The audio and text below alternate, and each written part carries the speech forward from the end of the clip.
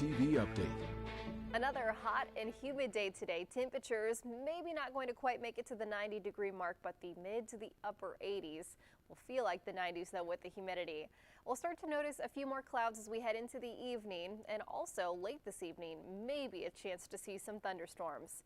If we don't have any tonight, there will be thunderstorms as we look ahead to Tuesday. Another hot day tomorrow at 90, but after the thunderstorms, we'll see heat relief in the mid 80s starting on Wednesday. Back to you, John. All right, Macy, appreciate you and the forecast from WRTV6. As I mentioned, starting off a new race week here at Horseshoe Indianapolis as we head through the mid part of this month. And then we'll be talking more about Labor Day, October racing here, and racing all the way through the middle part of November. I talked about Empire of Hope before we went to Macy. Terrific event here. We had a lot of people coming out to the racetrack, of course. The casino open 24/7. It was a night to raise awareness and funds for Racehorse Aftercare. We certainly I would say mission accomplished after Saturday night. We raised more than $300 for the event. There were 6 different types of Racehorse Aftercare programs that joined us here, and their representatives on Saturday. Turned out to be a nice night of racing here at Horseshoe Indianapolis. So those groups went home with some extra money for joining us here at the track for Empire of Hope. We had a special charity handicapping contest, and Scott Dahlers, one of our handicappers that took part in that, along with Racing Rachel and Brian Aragoni, just to name a few. But Scott raising $216, and that went directly to the groups here that joined us for Empire of Hope. We also had a special peppermint for ponies. That was back in the winner's circle after the 5th race here on Saturday night. Just under $100, so fans really turned out not only to enjoy a terrific summer night of racing here at Horseshoe Indianapolis, but certainly that great event, Empire of Hope. And I think we certainly mission accomplished, raising awareness and funds for those racehorse aftercare programs that joined us here on Saturday night. So we start off a new race week, 9 races. We've got 4 carded for the turf course, rated good. The turf rail set this week at 12 feet. By the way, that is a program correction. That turf rail, in fact, at 12 feet, not as 24 listed in your program. So just make a mental note of that in your program. We also have the $1 Horseshoe Hat Trick All Turf Pick 3. That'll be back on today's card. 4 of our 9 carded for the turf course, so we're looking forward to those turf races.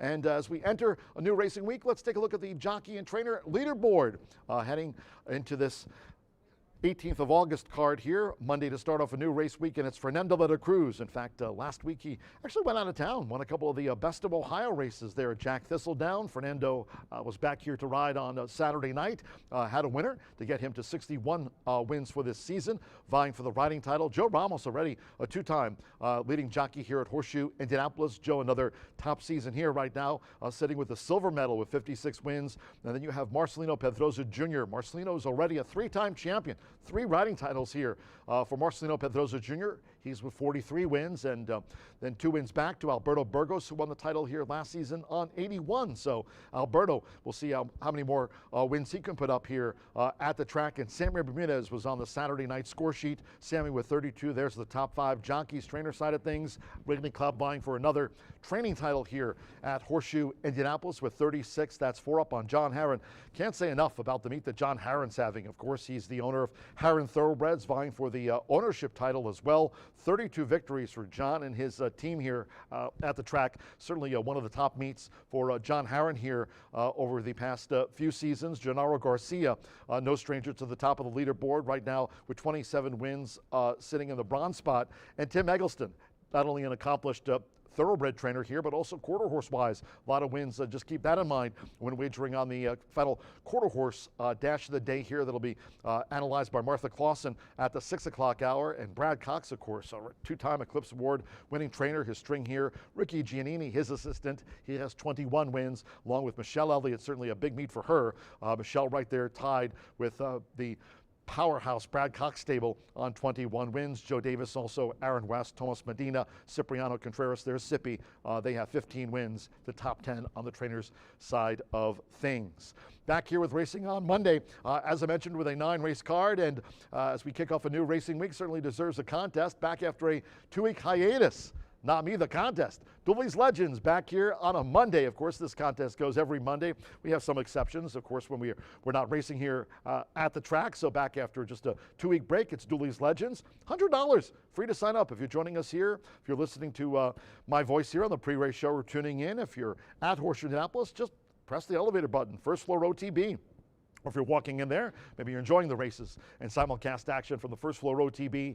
Get your entries in by 3:10, and your chance, if you're the top handicapper, to take home the $100 top prize. But not only if you're joining us here on track, if you're an online player, maybe you're tuning in from somewhere afar, you can just go to horseshoeindycontest@gmail.com. Just to repeat, horseshoeindycontest@gmail.com. You get into this free contest, and you can join the ranks of Douly's Legends here in 2025. Great to have the contest back here on a Monday to start off a new racing week. As we get to the end of the month, I want to remind everybody, we've got a big quarter horse day of racing coming up this week. No racing on Friday, Saturday, and Sunday. A week from this Saturday, we're going to have the finals for the QHRAI Stallion Service Auction Derby and Futurity. And you really want to join us here because one of the top quarter horse juveniles here in the Hoosier State, he's a Hawkeye who was so impressive in his trial, certainly raised a lot of eyebrows. German Rodriguez, and it's a great story too, by the way.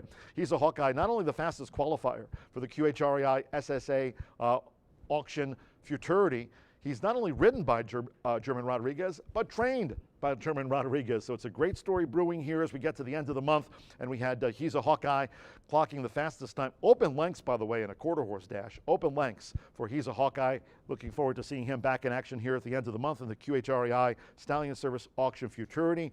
And also, Zuman Feature was an impressive winner of his Derby trial for the QHRAI SSA Derby, winning that under jockey Edgar Diaz or Claudio Barazza.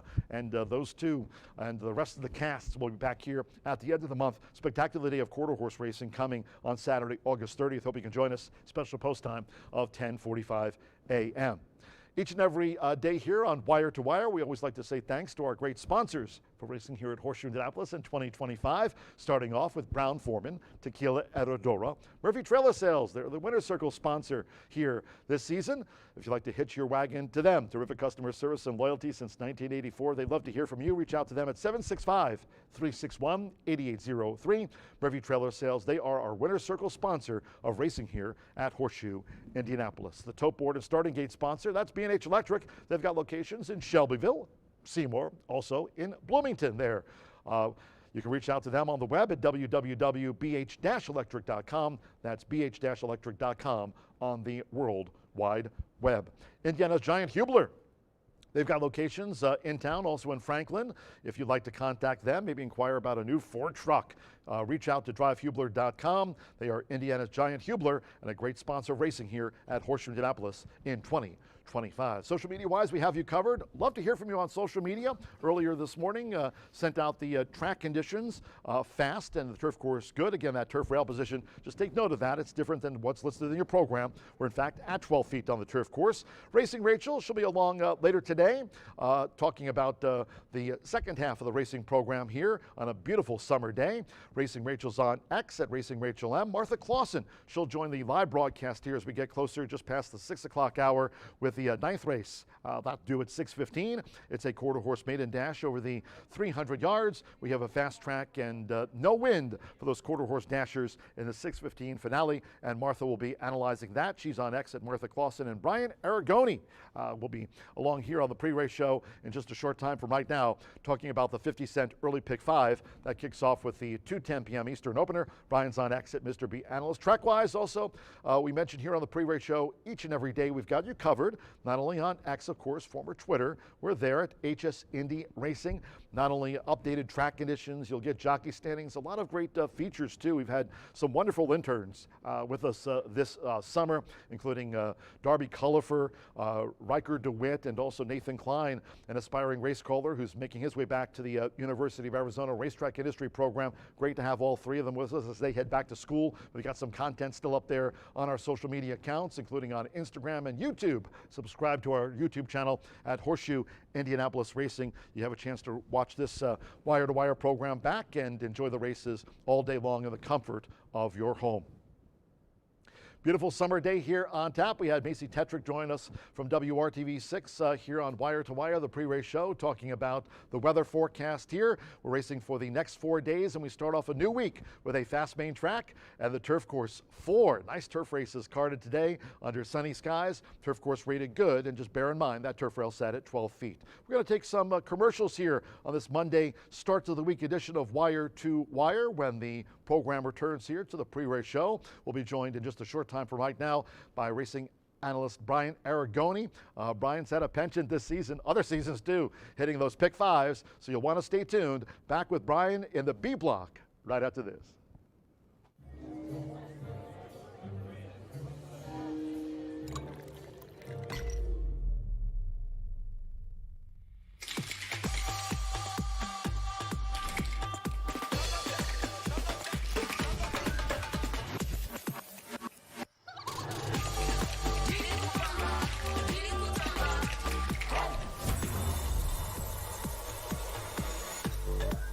Tequila Herradura. Extraordinary awaits. At the Thoroughbred Aftercare Alliance, we believe in giving every thoroughbred a second chance. And thanks to you, the owners, trainers, breeders, and every supporter, You've created a ripple effect of change that's helping these magnificent animals move on to new careers and safe, fulfilling lives after racing. Every single donation, whether big or small, is contributing to a brighter future. But this race is just beginning. Because of you, we have gained incredible momentum and we're ready for more.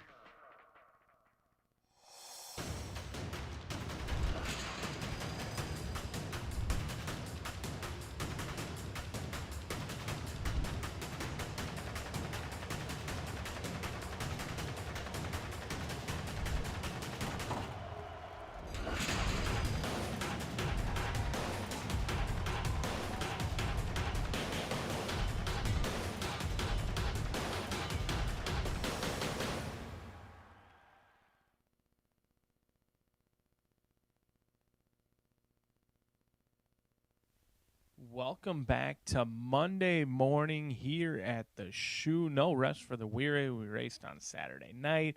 Right back at it Monday through Thursday this week with plenty of opportunities to make some money. One of the lowest takeouts in the land in that pick 5, 11.99% takeout, 15% takeout in the pick 4. And thankful that the return of the Horseshoe hat trick returns today in race number 5.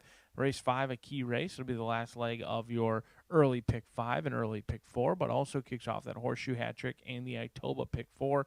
And we are thankful to be back on that turf course. You heard John talking about it. 12 feet is the rail setting right now on a good turf course. Thankful that we made the decision to run on a good turf because we are going to have some big fields today. Races 3, 5, 7, and 8 on the turf. So expecting some big fields, hopefully some big payouts. I think we've got some wide open races as well. I see a couple of even money shots maybe mixed in along the way. However, they don't necessarily have to win. It could be absolutely wide open into this race. 32 minutes away from the opener in here for this post time of 2:10. No scratches, no changes in the in the first race, with 9 of them set to go to the gate. Race number 1. I view this as a completely wide open race in this spot. You've got some first-time starters mixed in with horses with experience, and hopefully some chaos will ensue because we're going to go fairly deep in this opening race. 2-1 right now on Rhapsody in Motion. The first-time starter taking some action. Anna and Danny Sheehy into this spot. 8-1 morning line. The 2-year-old filly by Accelerate could be any sort in here. The one stand that I am going to take is Highlight Show. Don't like the way this horse has been training in the morning. In fact, I was fortunate, based on those Kentucky-bred workout reports, has watched 3 workouts and have, frankly, gotten destroyed in almost each and every start. So I don't love the way Highlight Show has been training coming into this race. That horse wins for Brad Cox, Fernando de la Cruz. I will not be surprised one bit. This is a 2-year-old filly by Munnings who's got some excellent breeding. However, it just hasn't shown it in the morning. Maybe it'll run better in the afternoon than they did in the morning for Highlight Show. But 1, 2, 3, 5, and 7 on a barky Monday morning here at Horseshoe Indianapolis. Race number 2, scratch number 1, Hyperion Bridge out of this race. Kicks off the $1 minimum pick 4, 1 mile and 70 yards, in this spot. 6 of them will go to the gate. I'm going to single, the first of 2 singles, because I believe the other races are absolutely wide open. Single, Quality Dancer, 0 for 15, a career maiden, not your typical single, but Fernando de la Cruz is going to be aboard. He's our leading rider, a good second last time out. Third start off of the layoff, usually the best one in the cycle. I think has been knocking on the door, finally gets in with the friends today. And if Quality Dancer doesn't win, it's completely wide open into this spot. Your 2-1 morning line favorite, My Miley's Vow, has one good race. One race that jumps off the page, a 62 buyer. The rest of them are nothing to write home about. Could be any sort in here, but one thing I do know, Joe Davis has been red hot. However, a lot of that success has come with Fernando de la Cruz, and he and his agent opted to stick with Quality Dancer for Darlene Green. Doesn't have the biggest stable, high percentage trainer riding for, or high percentage rider riding for a trainer that doesn't have that many in the back of the barn. That's something to make note of. A single in race number 2, kicking off that pick 4. Race number 3, we step on the turf course for the first time of the day. Does not kick off the $1 horseshoe hat trick. That will begin in race number 5. Scratch your outside runners, though, the 10 and the 11. And with those scratches, I think this race becomes very bettable. Your 5-2 and 3-1 morning line favorites are out of this event. It looks completely wide open. I would guess chaos is going to ensue. Goody Two Socks is a horse who's been improving, but just not all that talented. Goody Two Socks kind of is what she is at this point, a 3-year-old filly who's shown speed. She has improved on the turf, but she's gotten run down the last 2 times, and we'll see if her continued improvement can be sustained with another good effort. COC was bet down heavily last time. In fact, the bettors were all over COC at 6-5, ran a clunker. Never truly involved. Was it the good turf course? Did they come back a little bit quick? A lot of questions to be answered for COC, but that's a horse that if you like this horse last time, it's really hard to jump off because you're probably going to get around 2-1, 5-2, and 6-5 last time, but it was a complete non-effort. This is a wide open event in race number 3, and I'm going to go as deep as I possibly can because we've got another single in race number 4. Now, does Jake's Trouble have to win? Absolutely not. This is a 3-year-old gelding who's debuted at maiden 15, in for maiden 15. You got other horses dropping in for maiden special weight. But if it's not Jake's Trouble, who is it? It's completely wide open. That's the fascinating thing about these horizontal plays. Certainly, could it chalk out? Maybe. Doubtful, though, because this horse could easily win. I believe Jake's Trouble is the horse to beat. Of course, it strictly is the horse to beat. Ran a good winning effort last time out. Just got nailed on the line by Buster B. Ultimately, the mare was a 3-time winner. 5 of 9 siblings have gone on to win. The breeding's there. The early speed has been there. The money was there on debut. Went off at even money on debut. That was back right around our Indiana Derby Day card as well, July 3rd. I believe that was a Friday just before it. So the money's been there. The early speed was there last time. The results have not. I think today's the day for Jake's Trouble. And the challenging thing about this is if you don't single, and I don't use 2 singles very often, these races are absolutely wide open in here in race number 4. Race number 5 kicks off that $1 horseshoe hat trick along with the Itoba pick 4 in here on the turf again, 1 mile and 70 yards. Scratch your outside runner. Number 12 is out of this event. I'm going to key in on the top 3, and you could certainly justify going much deeper, but Nip and Tuck is a horse who should get some pace to chase in here, albeit our turf course has been playing very kindly to speed. Backyard Justice, an Indiana bred who's a 4-time winner, brings some back class as well. And second start off the layoff, there's a lot of upside. And then you've got number 10, Hold Your Applause. Fernando de la Cruz and Tiana Richardville. Tiana doesn't dive into the claiming box very often, but she saw something she likes. Took this one off of Kara McGuire, and I think there is upside in there. Can improve off that outfit. And Hold Your Applause, running in a protected spot off of a sneaky good race last time out. There was a lot going on in that race on July 8th. I think there's upside with Hold Your Applause. First start off the claim for Tiana Richardville, 25 minutes away from the opener. We'll give John G. Douly a couple of minutes to get his steps in, make his way up to the announcer's booth, about 15 minutes to post. He'll take you through today's limited scratches and changes because we are thankful to be on the turf course here at Horseshoe Indianapolis on a good turf on a fast main track. And Miss Rachel will join us for races 5 through 8. And then Martha Clausen gives you a guaranteed surefire winner in the 9th. Enjoy your Monday afternoon right here at Horseshoe, Indianapolis.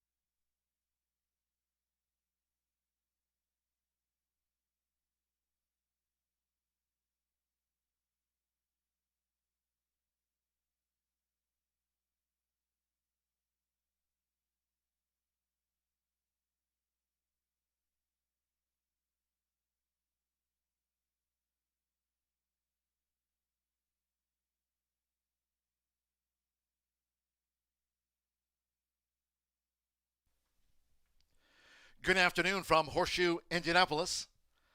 Hello now from the broadcast booth. Track announcer John G. Douly. Great to have you with us today. 9 races carded. Right now partly cloudy, mid-80s. Main track fast. 4 of them carded for the turf course. Turf rated good to start off this new race week. And that turf rail position at 12 feet. The turf rail set at 12 feet. That's a program correction. If you have your programs close by, let's take a look at the changes and corrections on today's racing program. Starting the card with a maiden juvenile fillies sprint. Starts the 50-cent early pick 5 off. No changes in the 210 opener. Race 1 all 9 run. No changes at the top of the card. From the second race maiden, scratch number 1, Hyperion Bridge. Number 1, Hyperion Bridge has been scratched.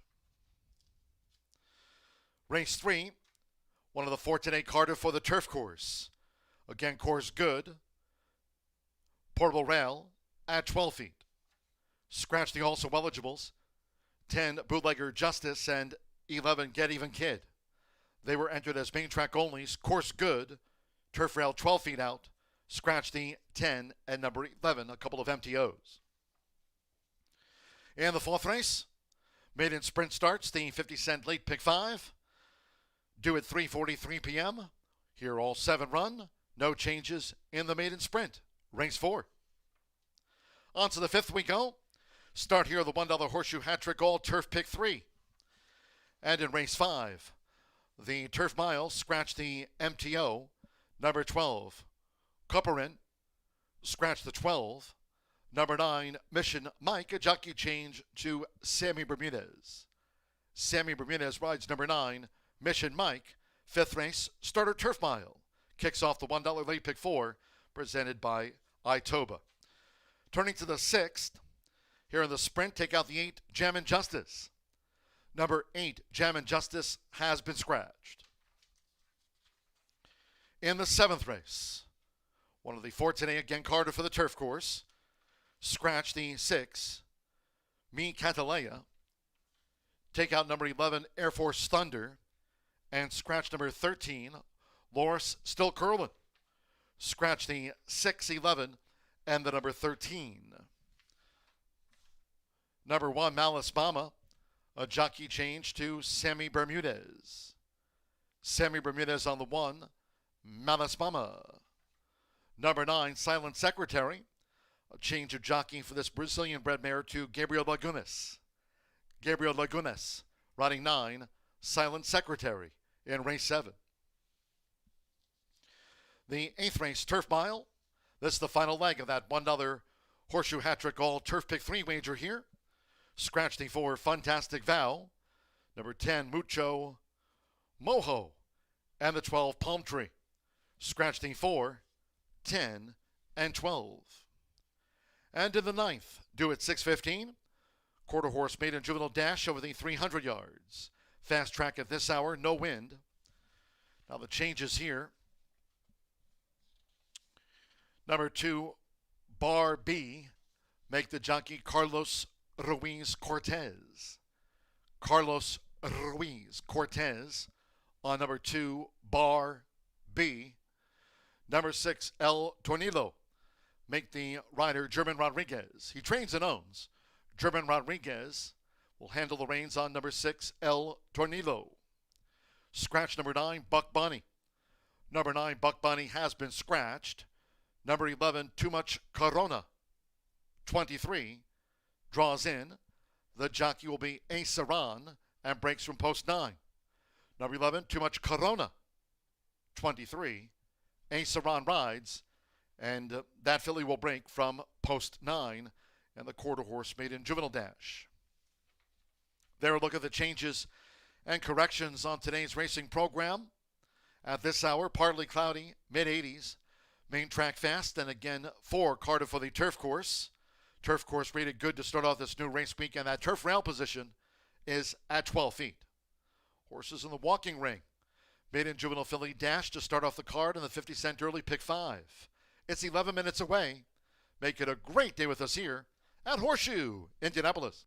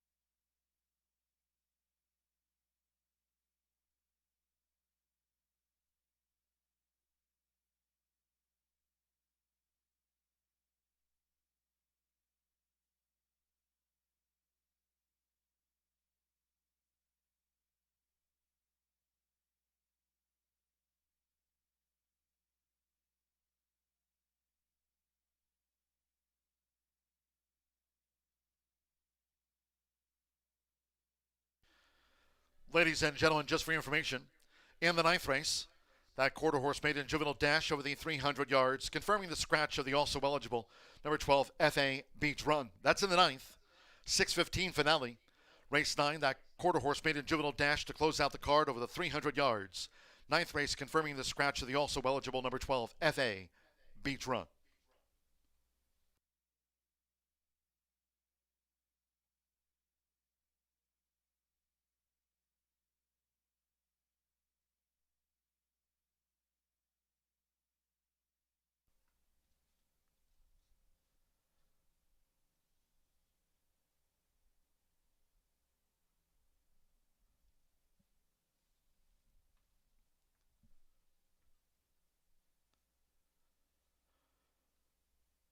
Horseshoe Indianapolis paddock judge Brandy Bell with a call for riders up.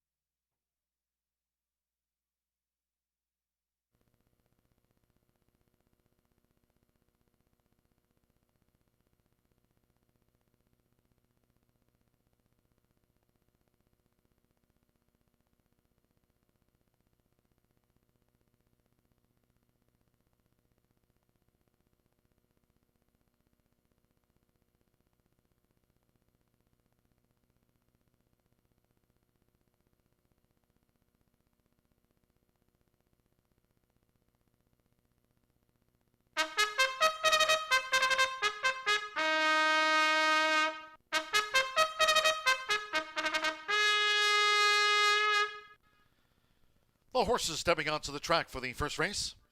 Starting the card with this maiden juvenile fillies dash over the 5.5 furlongs, a field of 9. No changes here at the top of a 9-race card. 3 minutes to post time. Main track fast. 4 of the 9 carded for the turf course. The turf course rated good. Turf rail sat at 12 feet to start the race week. Main track fast. A quartet on the turf. Turf good. Portable rail up at 12 feet. Here all 9 run. Exacta, trifecta, superfecta. Race 1 starts off our rolling doubles, pick 3s in the 50-cent Douly. Pick 5 starts here. 3 minutes.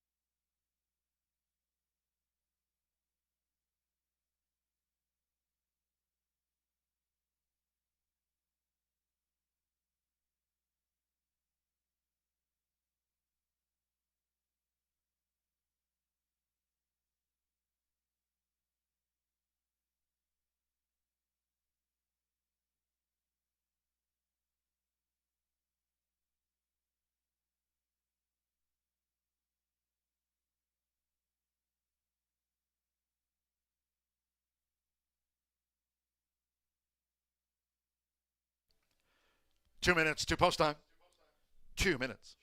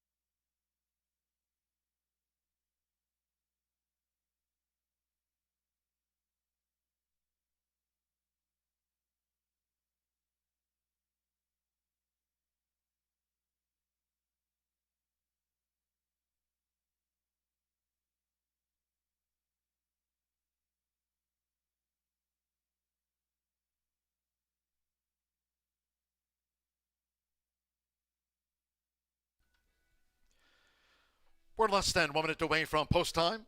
Start to the 50-cent early pick 5 today. Less than 1 minute.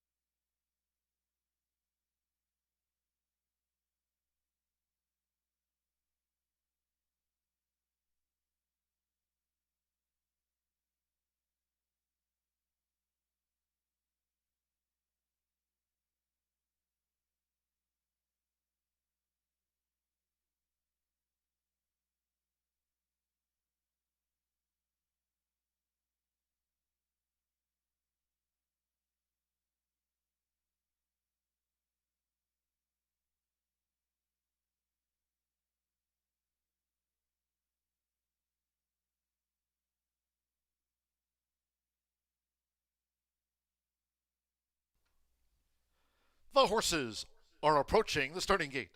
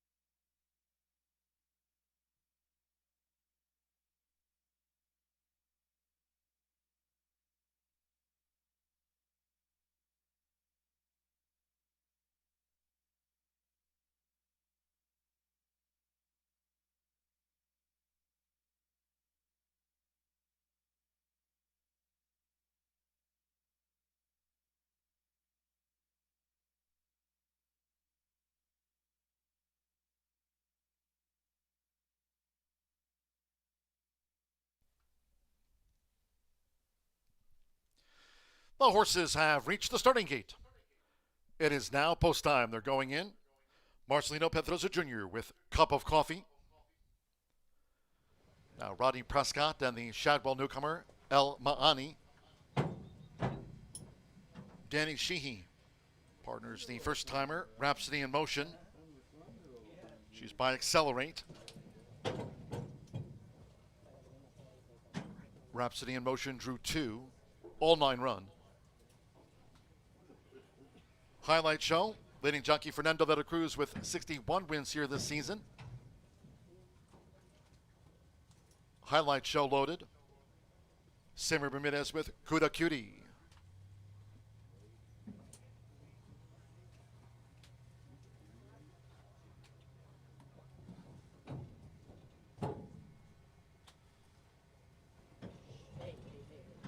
Rhapsody in Motion, a bit reluctant to load. She's making her bow. Out to 23-1 on Rhapsody in Motion. At 8-5, Kuda Cutie. One of the newcomers, the first favorite, Kuda Cutie.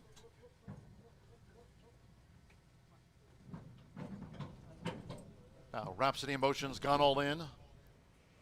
Santo Sanjor, Lollipoppin'. Munnings filly made her bow at Saratoga last month. Lollipoppin' went in okay.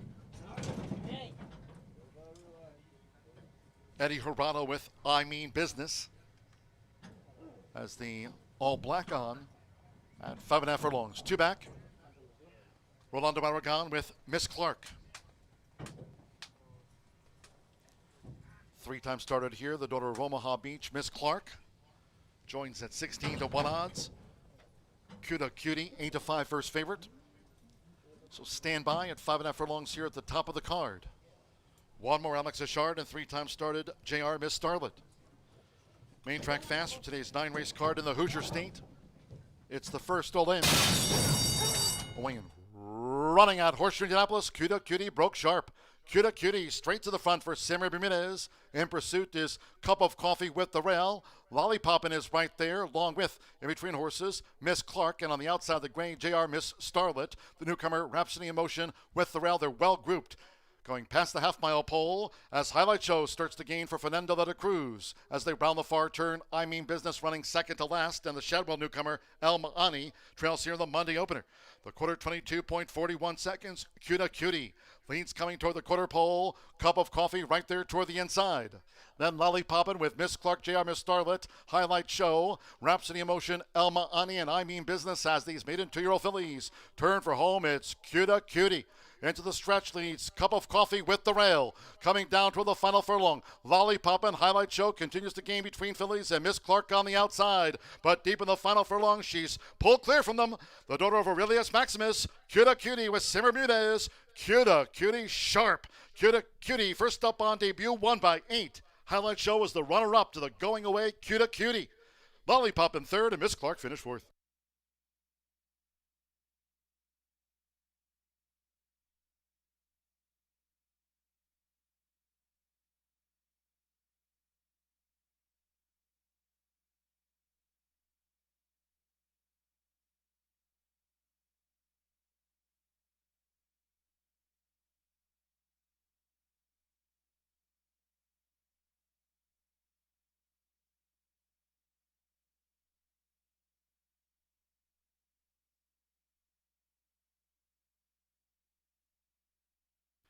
.104.45 after the maiden juvenile fillies dash at the top of the card. 7-6-3-4. Unofficial 7. Cuda Cutie. 6 to 5 first. 6 Highlight Show. 3 to 1 the runner-up. There she is. Just about a length to Lollipopin' with Miss Clark at 18 to 1 getting into the frame. Cup of Coffee. Chase the Pace 5th. Rhapsody in Motion. El Maani, the Shadwell newcomer. I Mean Business in the all black. 104.45, 7-6-3-4. Samuel Bermudez on this newcomer for Aaron M. West and owner Terry L. Stevens, daughter of Aurelius Maximus. 6 to 5, Cuda Cutie, the first favorite home.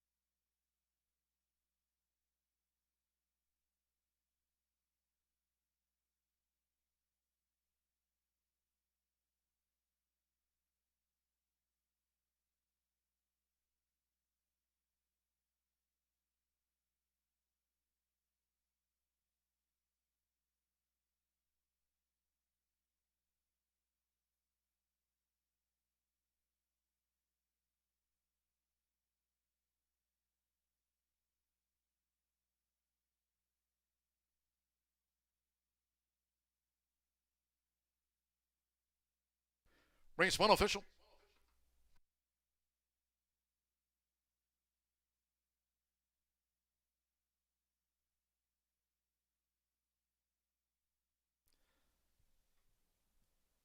The winning groom leading into the Murphy Trailer Sales Winner's Circle, number 7, Cuda Cutie, with Sammy Bermudez. Cuda Cutie is a 2-year-old filly by Aurelius Maximus. Under the Valid Expectations mare Thievery, Aaron M. West trains this newcomer for Terry L. Stevens. She was bred in Arkansas by Bill McDowell. Horseshoe Indianapolis congratulates the winning connections of Cuda Cutie.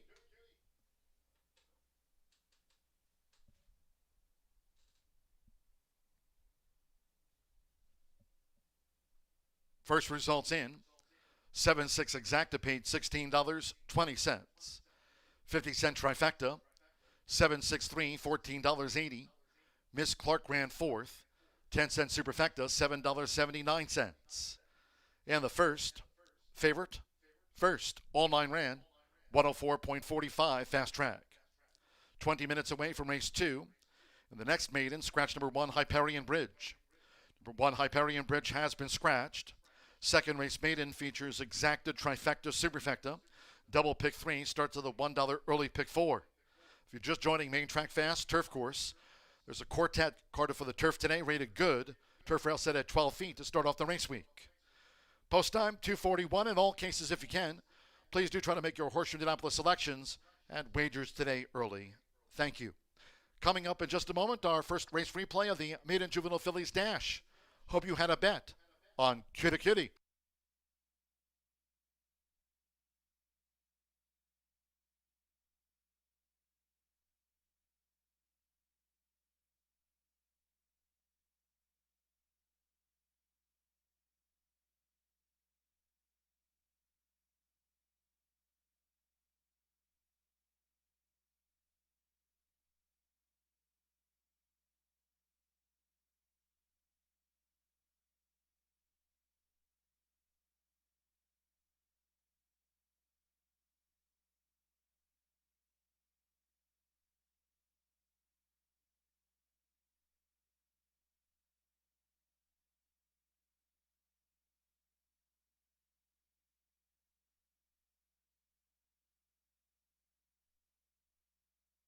It's the first all in.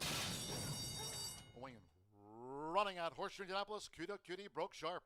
Cutie Cutie straight to the front for Samir Bermudez. In pursuit is Cup of Coffee with the rail.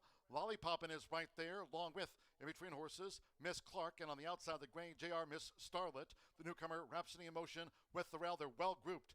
Going past the half-mile pole as Highlight Show starts to gain for Fernando de la Cruz. As they round the far turn, I Mean Business running second to last, and the Shadwell newcomer, El Maani, trails here in the Monday opener. The quarter 22.41 seconds. Cutie Cutie leads coming toward the quarter pole. Cup of Coffee right there toward the inside. Then Lollipoppin' with Miss Clark, JR Miss Starlet, Highlight Show, Rhapsody in Motion, El Maani, and I Mean Business as these maiden 2-year-old fillies turn for home. It's Cutie Cutie. Into the stretch leads Cup of Coffee with the rail. Coming down toward the final furlong. Lollipoppin' Highlight Show continues to gain between fillies and Miss Clark on the outside. But deep in the final furlong, she's pulled clear from them. The daughter of Aurelius Maximus, Cutie Cutie with Samir Bermudez. Cutie Cutie sharp. Cutie Cutie first up on debut, won by 8. Highlight Show was the runner-up to the going away Cutie Cutie. Lollipoppin' third and Miss Clark fifth. It's the first all in. Winging. Running.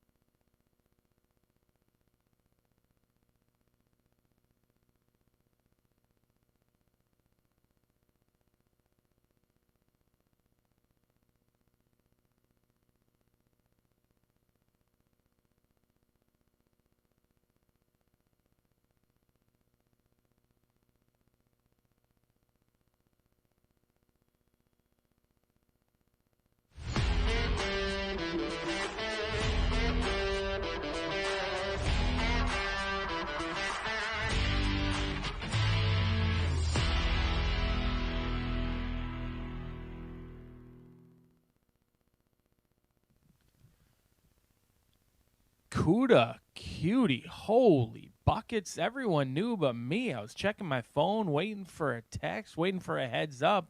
It never came, man. They kept that one tight to the vest, running against Bill Mott, Brad Cox. A 12-length winner under wraps. Sammy Bermudez got her out of the gate, and she never looked like a loser. Congratulations to Terry Stevens, as he's got himself a very nice filly with Cuda Cutie dominating the opener at 6-5 against some of the racing's biggest names in there. Congratulations to Aaron West as well. 10 minutes away from the Itoba, not the Itoba pick 4. That'll be reserved for the specialty of the late pick 4, but 10 minutes away from that early pick 4. Still looking for a sponsorship name if you've got some extra money laying around and you'd like a tax write-off. We'd love to sponsor this early portion of the pick 4. Race number 2 coming up 10 minutes from now on a fast main track. We'll be on that turf course in race 3. Scratch number 1, Hyperion Bridge, 1 mile and 70 yards in here. And I'm going to go to number 5, Quality Dancer. 0 for 15. That does not yield much confidence in a maiden race. I must admit, I am on the favorite at 4-5. However, the confidence factor is very low. This is a challenging race. I think Quality Dancers put up the most consistent numbers. However, has consistently proven to not win races. 0 for 15, we have reached career maiden status. However, Fernando de la Cruz is going to be aboard the second time in a row. Had a little bit of a stumble at the beginning last time out. Did beat home 6 other foes in that race, finishing second. Third start off the layoff. I think there's upside here, but I'm certainly not going to be pounding with both fists by any means. But I think today Quality Dancer finds her friends, and I believe he will pirouette into the winner's circle. But at 5 years old and 0 for 15, it is with caution I would advise you on Quality Dancer, who certainly fits the bill, does not need the lead, can pass runners in the lane. However, he has never passed everyone to make himself a winner, but he's faced much tougher than he'll face today. We'll see if Quality Dancer can get the job done in here for the 5-year-old son of War Dancer, but a much better price. And Aaron West and Sam Bermuda is a hot jockey-trainer combination after winning the opener.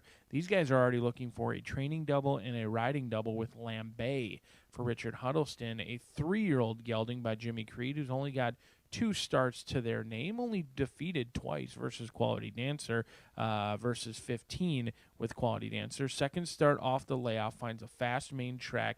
Second time in the Aaron West barn. Did switch hands from Michelle Elliott, in which they raced at 2 years old at the maiden special weight level. Went over to Aaron West, trying to place her in a competitive spot. She gets a little bit more class relief again today. I believe she'll appreciate being back on a fast main track, and I'm not overlooking the fact that this horse was bet down to 6-5, heavily backed, and really was never involved in that last race. 6-5 off the lengthy layoff. Must have been showing some decent things in the morning. In fact, had put up numerous bullet workouts leading up to the class relief in the first start of the year. Had put up 2 out of 3 bullet workouts. So has shown some things in the morning, hasn't really put it together in the afternoon, but in for 5,000 and is certainly lightly raced. We'll see if the jockey-trainer combination can win 2 in a row with the ornery Lambay. The 6 is Patty's Dream, another one who's lightly raced, and that's what you want to be in these maiden races, is lightly raced, and that's the case for this 3-year-old. Patty's Dream, Heron Thoroughbreds owns and trains. Evan Roman going to be calling the shots in here for John Heron. Second time around 2 turns. Should improve second time around 2 turns, but there's a lot of improvement that needs to be had in here. Was dropping from maiden special weight down to maiden claiming last time out. It's the biggest drop in the game. Went off at 10-1 and just never got into it. Showed a little bit of speed and then waved the white flag midway through the backside and was ready to go home, being defeated by 42 lengths, essentially eased across the wire. Has to be better than last time out, but I love the fact that they're lightly raced. You get Evan Roman, a 3rd rider in the last 3 starts. Not ideal, but hopefully he can figure out this 3-year-old son of Tap Rise for John Heron. Just trusting the connections and trusting that this horse has faced tougher competition and cannot be as bad as that last performance, and it looks like the money's coming in as well. 12-1 morning line, currently 5-2 on the board. So a lot of money on Patty's Dream. Maybe something went amiss last time out. They figured it out, potentially changing the bit, changing the bridle, whatever it may be. If they get it corrected, this horse could jump up and run a big race at a decent price, 5-2.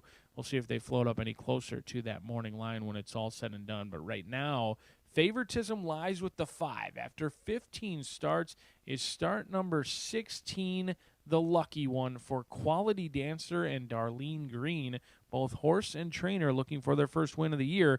We'll see if that comes in race number 2 as we kick off the $1 minimum pick 4. Rejoice Betters, 15% takeout in that pick 4, and you can't win it if you're not in it. Good luck.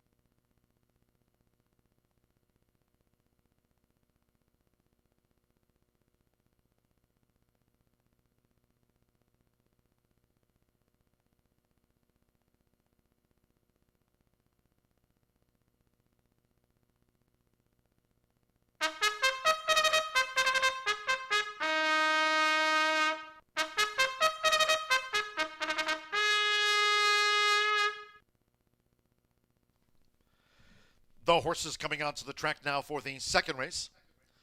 This maiden at 1 mile and 70 yards, a field of 6. Fast Track, scratch 1, Hyperion Bridge, scratch the number 1. Exacta, Trifecta, Superfecta. Race 2 starts another rolling double pick 3, and the $1 early pick 4 starts here. 2 minutes to post time.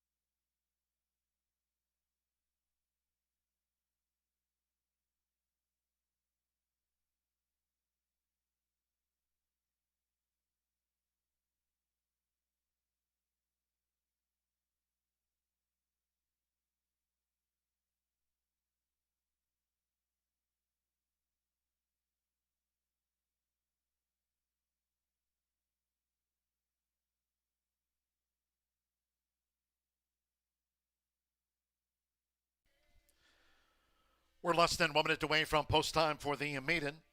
Starts the $1 early pick 4. Main track fast, turf course good, turf rail at 12 feet to start the race week. Less than a minute.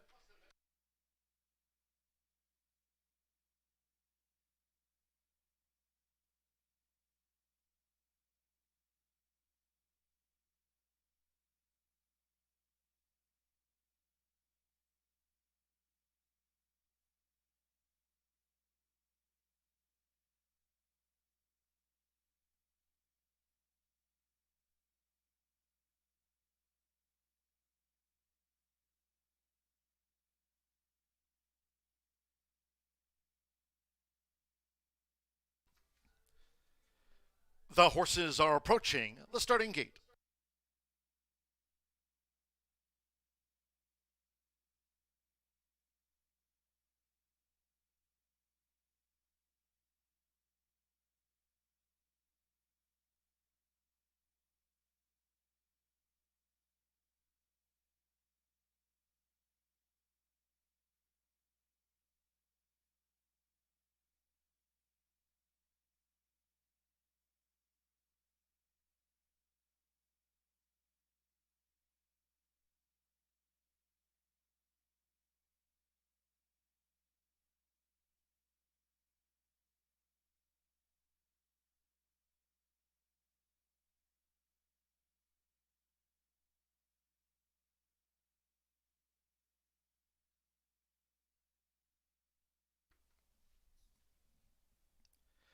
The horses have reached the starting gate.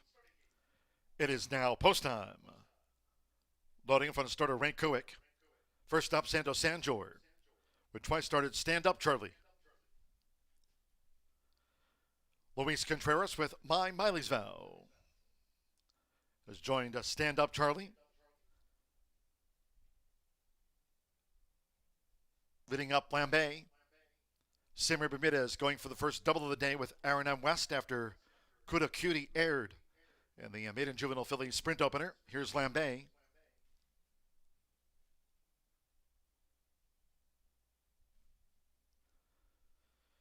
Here at 1 mile and 70 yards, Fernanda de la Cruz with Quality Dancer for Darlene Green. It's Eva Money, Quality Dancer. Evan Roman with Patty's Dream. At 1 mile and 70 yards, one more, Jose Gutierrez, and 6-time started TD Memories. Quality Dancer, now 3-5 favorite on that last flash. For the seconds of the day from Horseshoe Indianapolis, they're in the gate.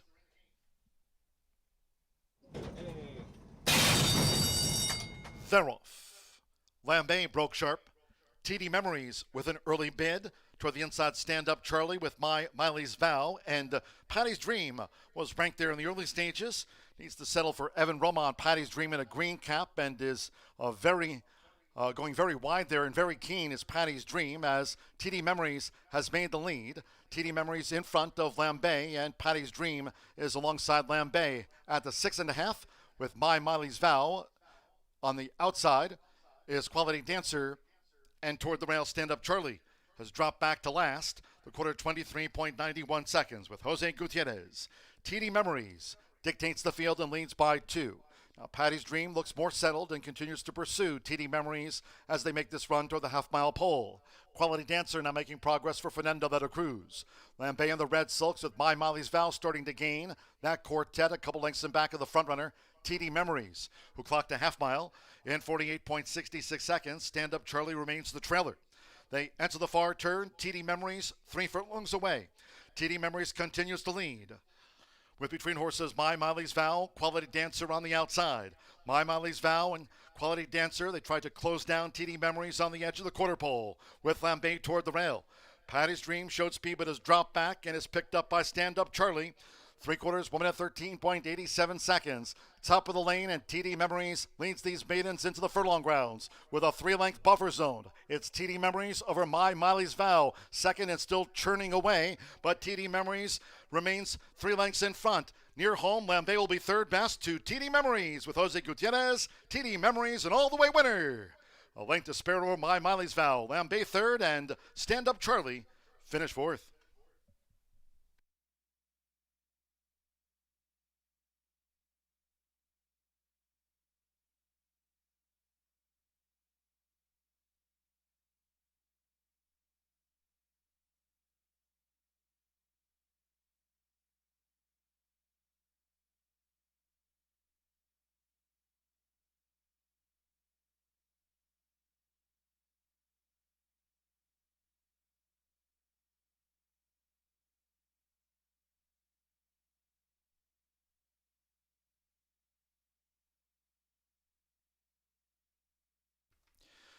$143.88 after the maiden.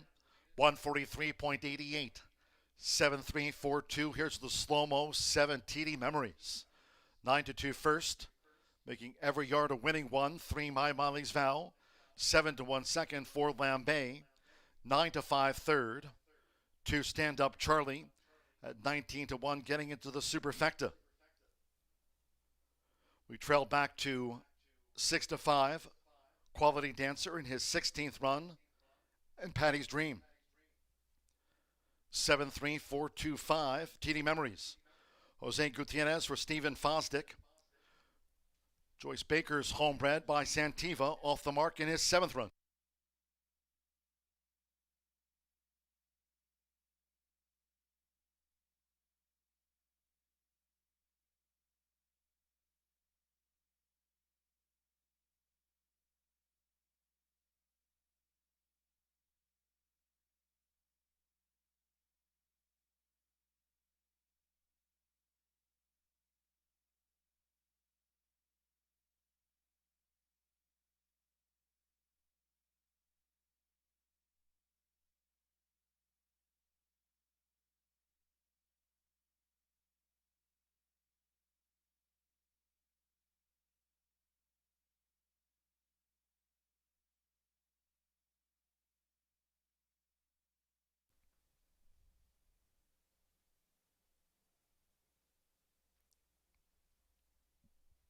And the Murphy Trailer Sales winner circle the 7, TD Memories, onto the hands of Jose Gutierrez. TD Memories is a 3-year-old chestnut gelding by Santiva, out of Best Memories by Indy King. Racing for Joyce Baker, Travis Whiteman, Steve Fosdick, trains and co-owns. TD Memories takes out the maiden at 9-2. It's official. Horseshoe Indianapolis congratulates the winning connections.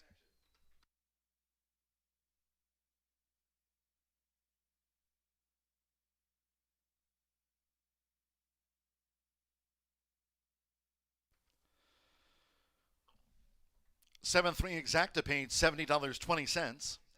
50-cent trifecta, $62.25. Pair of 7s for the opening maiden double, combining Kuda Cutie with TD Memories, $35.20 with Stand Up Charlie 4th in the maiden, 10-cent superfecta, paid $72.75.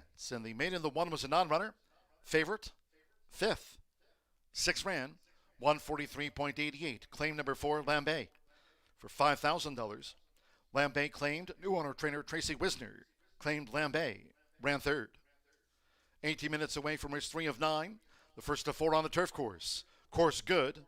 And again, program correction, that portable rail set to start off the race week. That portable rail at 12 feet, not 24.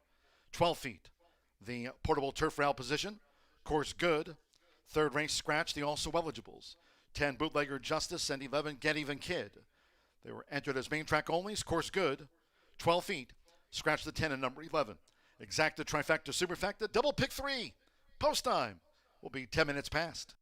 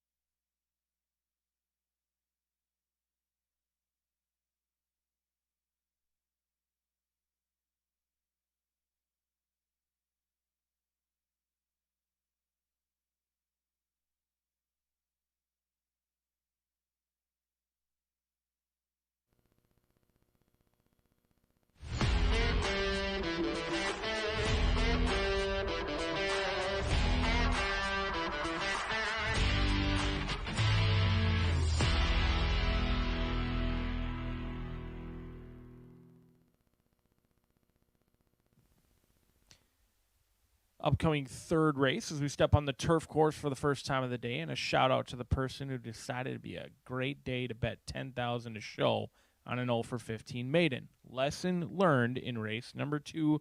Hopefully have some more money to dive back into these pools, as we've got a 9-horse field going a mile and a 16th on that turf course, on a good turf course. Rail setting at 12 feet. Our turf has been playing favorable to speed. That was going into last week, throughout the week.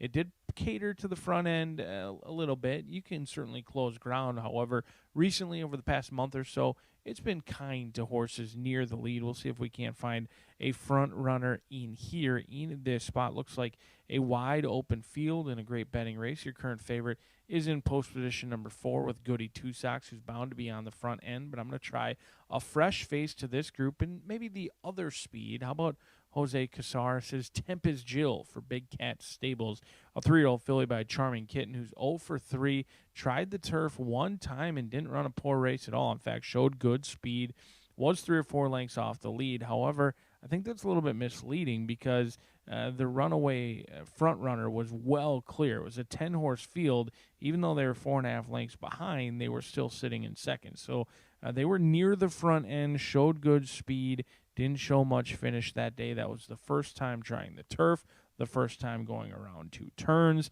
And I think today, second time turf, third time 2 turns, because they did go back to the dirt where they ran an even running 4th place finish. You get Marcelino Pedroza Jr. It's going to be his second time aboard. And you got Charming Kitten on the top, Proud Citizen, and Classy Connect on the bottom. I think there's some turf breeding in there for this Indiana bred, and there's certainly upside, especially with the price, 7-1 on the good-looking Chestnut. But another horse taking action is COC. This horse was bet down to 6-5 just a couple of weeks ago, and it's against a very similar group. And COC responded with no, and didn't really run a step that day.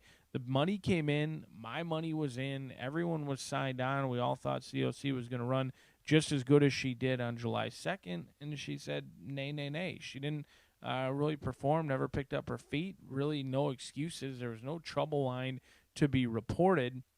The breeding's there. The results have not early on in her career. But being out of Royal Song Dancer, that was a stakes winner, banked over $100,000, and has produced also some good ones as well, including Dance for Money, who won on the turf at Santa Anita as well. On the turf at Santa Anita, produced by Royal Song Dancer.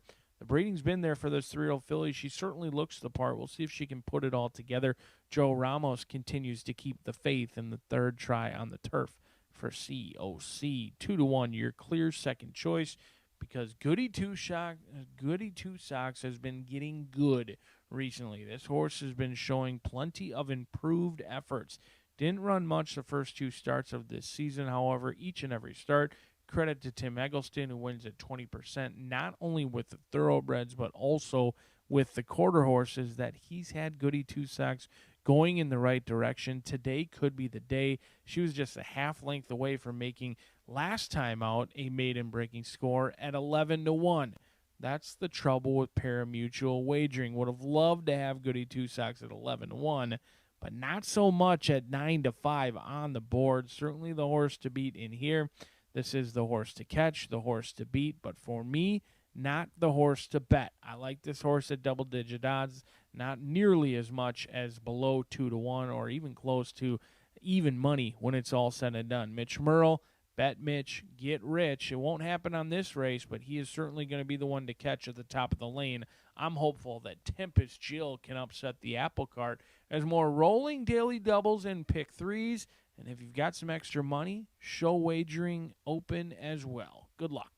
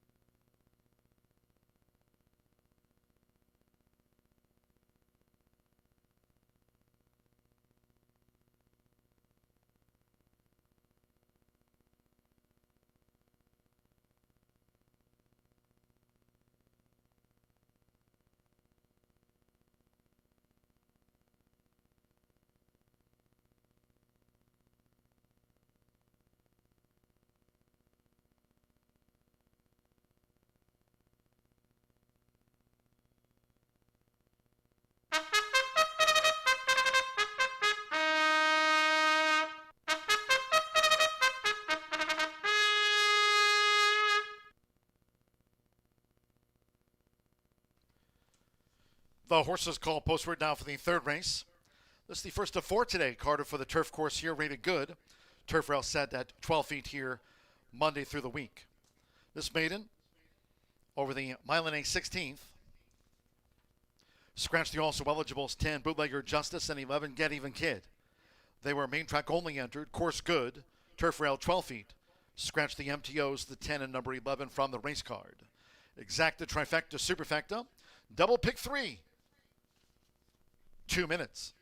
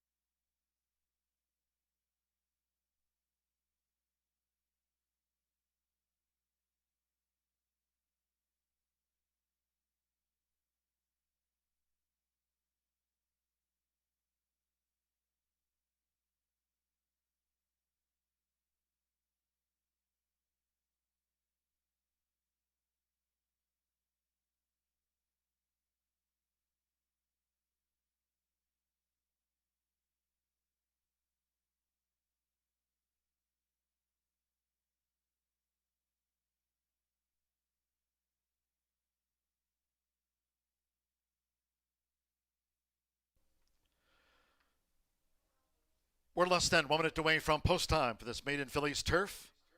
Under a minute.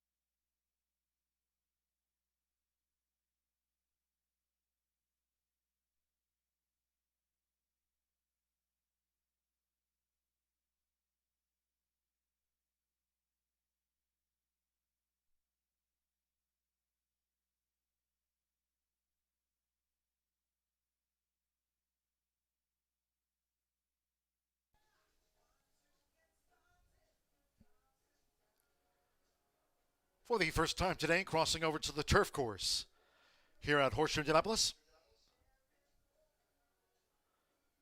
Maiden fillies making their way up toward the mile and a 16 start.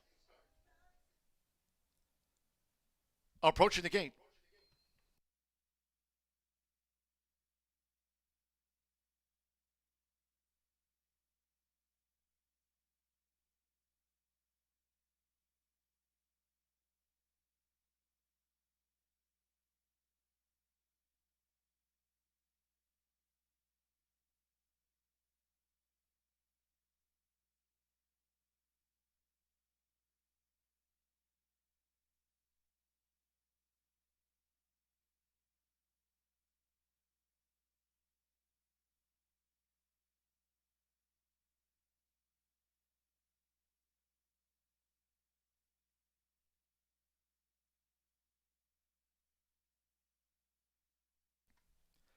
The horses have reached the starting gate. It is now post time. Loading Marcelino Pedrosa Jr. with Tempest Jill. First into the starting gate. What You Wished, Simmer Bermudez won the opener. Kuda Cutie and TD Memories, our first two maiden sprint winners. Ronnie Prescott with Your Cool. Joe Ramos, C-O-C. Luis Contreras with Tamarack Square, like What You Wished, both for Jay Holden. Here over the mile and a 16th. Joel Alborno's Very coming up. Here's the drone view. Very loads. Mitch Murrell with Goody Two Socks. 2-1 favorite Goody Two Socks. Evan Roman with Jogger.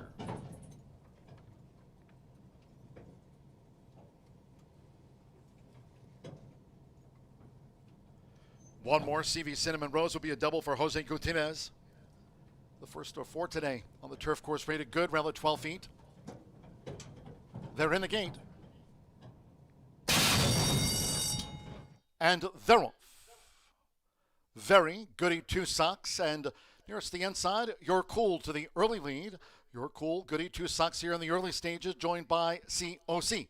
Tempest Jill with the rail running in fourth. Very is in fifth. Joggers in sixth. And then comes What You Wished with Tamarack Square in a navy cap in the gray. CV Cinnamon Rose has dropped back to last as they make their way into the first turn. Joint leaders now, You're Cool with a white cap and COC with 7 furlongs to run. Then comes Tempest Jill with Goody Two Socks. CV Cinnamon Rose cornered wide as these maiden fillies go to the back of this good course. It's Your Cool. With the rail for Rodney Prescott, Your Cool leads 23.12 lead seconds. COC staying close to Your Cool. These two have made an early break. Some 8 lengths back there to Goody Two Socks, who follows these leaders from third. Now inside a half mile to go. A length to Jogger in a green cap. Tempest Jill holds the rail there at 12 feet. Then comes Tamarack Square, What You Wish, those for Jay Holden. And CV Cinnamon Rose running second to last, and Very is the one very well back. The half mile in 46.78 seconds as they turn again. Your Cool and COC has been right there for Joe Ramos. Your Cool and COC. 1-2 still, but here's the quarter pole. Still a 6-length break to Goody Two Socks, who straightens away in third. Tempest Jill with the rail. Jogger, Tamarack Square now makes a split. What You Wish, CV Cinnamon Rose, and Very is a long-looking last. Well into the stretch, and here's Goody Two Socks coming with a charge. COC, Tempest Jill was switched out. Tempest Jill is boxing on. Goody Two Socks went to the lead. On the outside, Tamarack Square, and Tempest Jill with the rail. They're close to home. It is Goody Two Socks for Mitchell Murrell. Goody Two Socks in a driving finish. Goody Two Socks by a half length to Tamarack Square. Tempest Jill photo. What You Wished. Back and forth.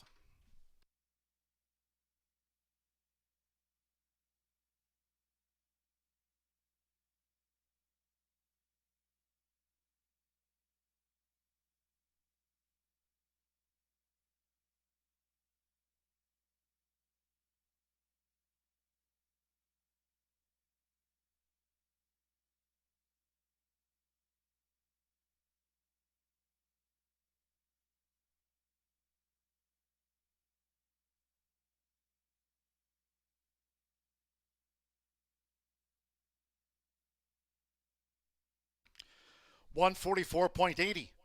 Out to the maiden fillies turf, number 4, Goody Two Socks. 3-1 first. 144.80. Mitral for Tim Eggleston. The charming kitten filly, Goody Two Socks on the slow-mo. Seconds a photo. Tamarack Square in a navy cap and Tempest Jill. That's up to the judges.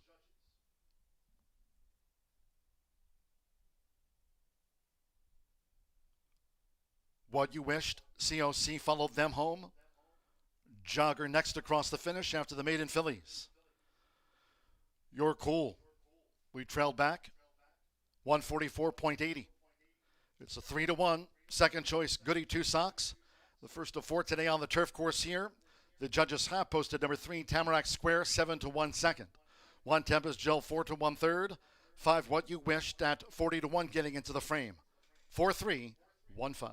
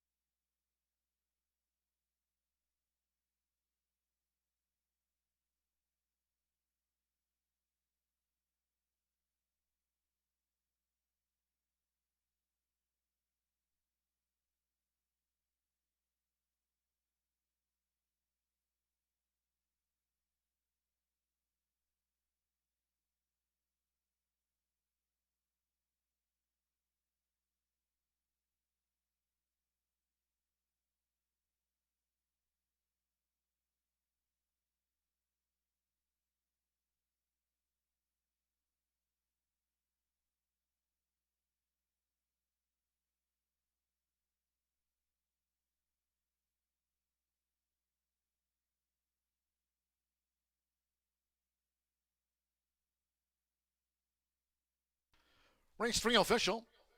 The winning groom leading into the Murphy Trailer Sales winner's circle, number 4, Goody Two Socks with Mitchell Marule. Goody Two Socks is a 3-year-old dark bay or brown filly by Charming Kitten. Out of the Officer Mare, Reba Sassi. Tim Eggleston trains Ruth Ann Eggleston's homebred. She was bred here in the Hoosier State. Getting off the mark in her 9th run, Horseshoe Indianapolis congratulates the winning connections of Goody Two Socks. Take out the maiden fillies turf at 144.80. Paid 3-1 official.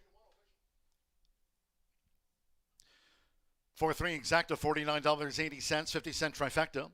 Paid $62.65. First pick 3 of the afternoon. 7 with the 4 Goody Two Socks, $34.65.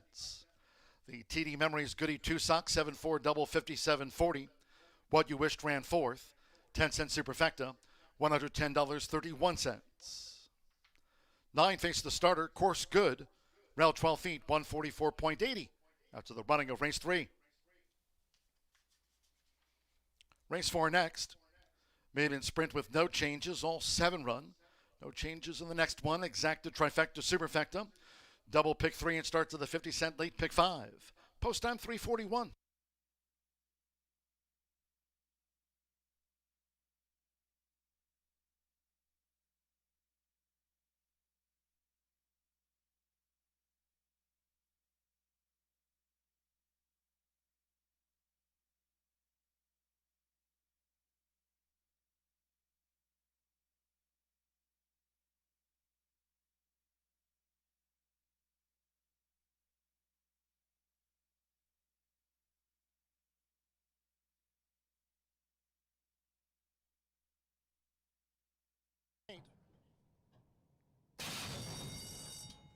And they're off. Very Goody Two Socks, and nearest the inside, You're Cool to the early lead. You're Cool, Goody Two Socks here in the early stages, joined by COC. Tempest Jill with the rail running in 4th. Very is in 5th. Joggers in 6th. And then comes What You Wished with Tamarack Square in a navy cap in the gray. CV Cinnamon Rose has dropped back to last as they make their way into the first turn. Joint leaders now, You're Cool with a white cap and COC with 7 furlongs to run. Then comes Tempest Jill with Goody Two Socks, CV Cinnamon Rose cornered wide as these maiden fillies go to the back of this good course. It's You're Cool with the rail for Rodney Prescott. Your Cool leads 23.12 lead seconds. COC staying close to Your Cool. These two have made an early break. Some 8 lengths back there to Goody Two Socks, who follows these leaders from third. Now inside a half mile to go. A length to Jogger in a green cap.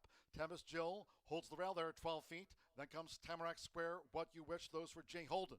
And CV Cinnamon Rose running second to last. And Very is the one very well back.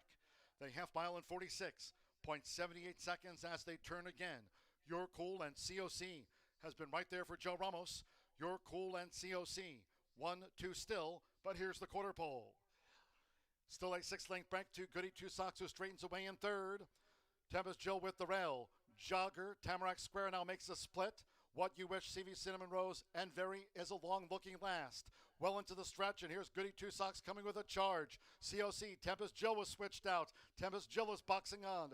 Goody Two Socks went to the lead. On the outside, Tamarack Square, and Tempest Jill with the rail. They're close to home. It is Goody Two Socks or Mitchell Murrell. Goody Two Socks in a driving finish. Goody Two Socks by a half length to Tamarack Square. Tempest Jill photo. What You Wished. Back and forth.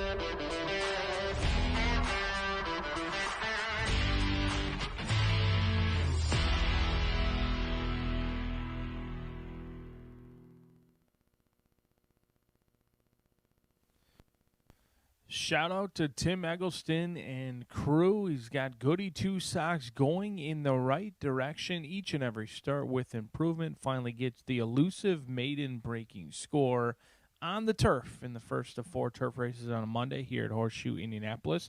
And speaking of first, we've got our Late Fire 5 for the first leg of that Late Fire 5, 11.99% takeout. Each and every day here at Horseshoe Indianapolis, 6 furlongs a distance, no scratches, no changes, a common theme throughout Monday, which we are thankful for. But let's take a look at this field in here. I've got my single of the day, Jake's Trouble for MY Stables, Aaron West, Fernando de la Cruz. In fact, this is the hammer time. We've been the hammer more than we've been the nail. We'll see if that trend can continue today with Jake's Trouble. Aaron West, already a big winner on the day. He looks for another one in here, this time with Fernando de la Cruz aboard. He was aboard this 3-year-old gelding by Sky Fire last time out on July 31st. Caught a sloppy track, ran a good effort. In fact, I thought it was good enough to win. A winning effort at 5-1 was chilly on the board after being bet down to favoritism on debut. The money was signed off, and the results were improved with a losing a photo finish at 5-1. When the money was signed on, had no trouble, moved up, then kind of got tired on debut. Once again, the money's coming in. We'll see if the results will follow. The breeding's been there for Jake's Trouble, even though debuted at maiden, claiming never taking a crack at the maiden special weight level. The mare, Katie Meadow Slew, was a 3-time winner, and 5 of 9 siblings have gone on to win. And so that is a good sign. We'll see if Jake's Trouble can get that elusive victory today as the hammer time and a single in that Late Fire 5. Best of luck to the connections with MY Stables and Jake's Trouble. But number 4 is CV Ronin Legacy, and we've seen some pari-mutuel puzzlers today on a Monday here at Horseshoe Indianapolis. The late money signed on, and the 2 last time out didn't run a step. If I had to guess, I think the money is going to come in on CV Ronin Legacy in here. Gutierrez is going to be aboard. Gonzalez 0 for 11. Career maiden status has been reached. CV Ronin Legacy does have a ton of speed. However, a lot of that speed has come in route races where that first quarter, maybe 23-3, 23-4, hasn't really shown the ability to be on the lead at this sprint distance. That's the question in here. CV Ronin Legacy has run well, hasn't shown much finish. So you would think if they can get the lead at those route races and just cut back a furlong or two, they'd be tough to pass. However, when sprinting, this horse hasn't shown the ability to be quick enough, and I'm not sure they will today either. At 5 years old and 0 for 11, I think there's better opportunities than this one at 2-1, but I'm sure Campos Family Ventures would love to prove me wrong in here with the Holden bred horse, CV Ronin Legacy, your clear second choice at 5-2. But the best value of the race comes from the lightly raced son of Charming Kitten, Bella's Charm, the only one that has never touched maiden claiming before today. Maiden special weight at 2 years old, now comes back. Not ideal for an Indiana bred to take all the way until August to get to the races and then come back with a big class drop. However, you've got a couple of things going in the right direction. Joe Ramos, always a good sign, winning at almost 20%, now a graded stakes rider as well. Looks darn perfect down here in the walking ring for Mr. Bob Klein, and gets Lasix for the first time. There's a lot to like about Bella's Charm, who looks the part. We'll see if he can run the part in here for Bella's Charm. But let's take a look at today's Late Fire 5. 11.99% takeout each and every day here at Horseshoe Indianapolis. I think that early pick 5 is going to pay better than you may expect. Some sneaky, tough races. There's still excellent betting opportunities to be had with 3 more turf races. I'm going to spread it out in race number 6. I think that's the best betting race of the day. Allowance competition going 6 furlongs. It's a spread race for me. We're going to go light in races 5 and 7, and then we round it out with a challenging turf race, 1 mile allowance competition. Not often do we get 60% of the pick 5 on the turf. Big fields, big payouts. I'm in. Are you?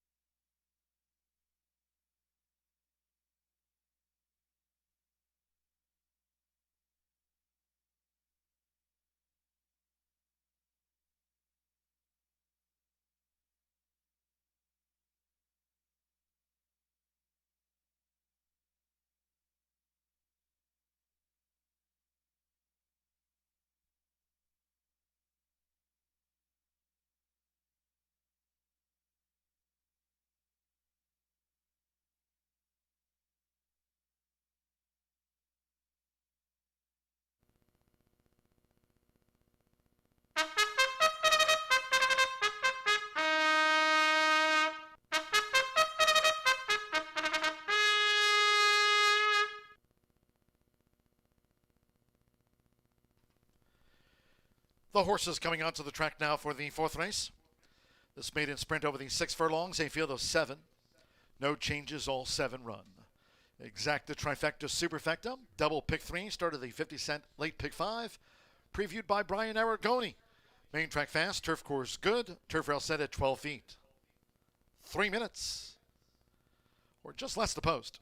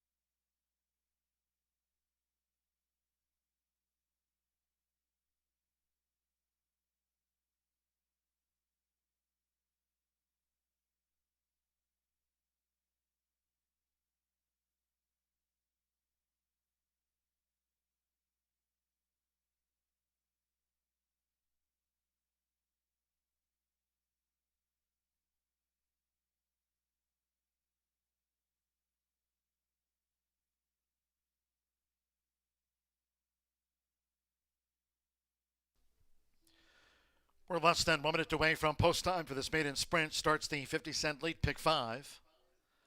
Less than 1 minute.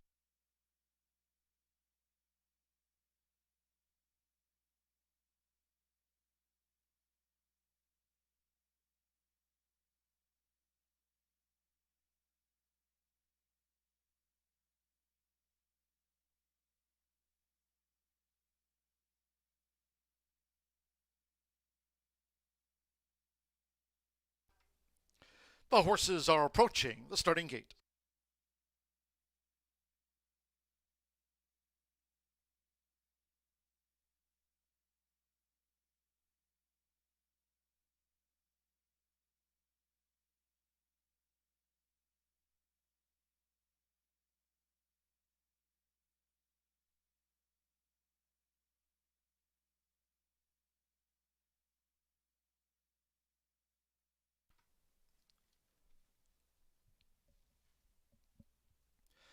The horses have reached the starting gate. It is now post time. They're going in.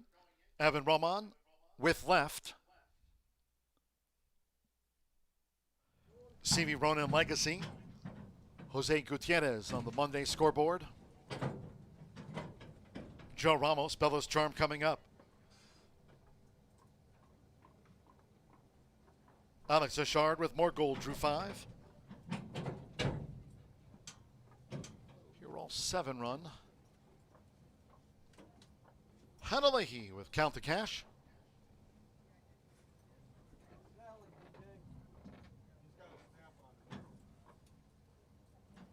Yoshida's Impact. Samir Bermudez took out the opener.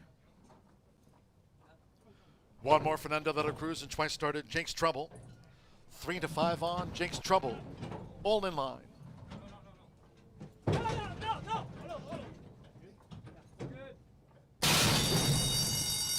And they're off. And Jake's Trouble was one of those last away.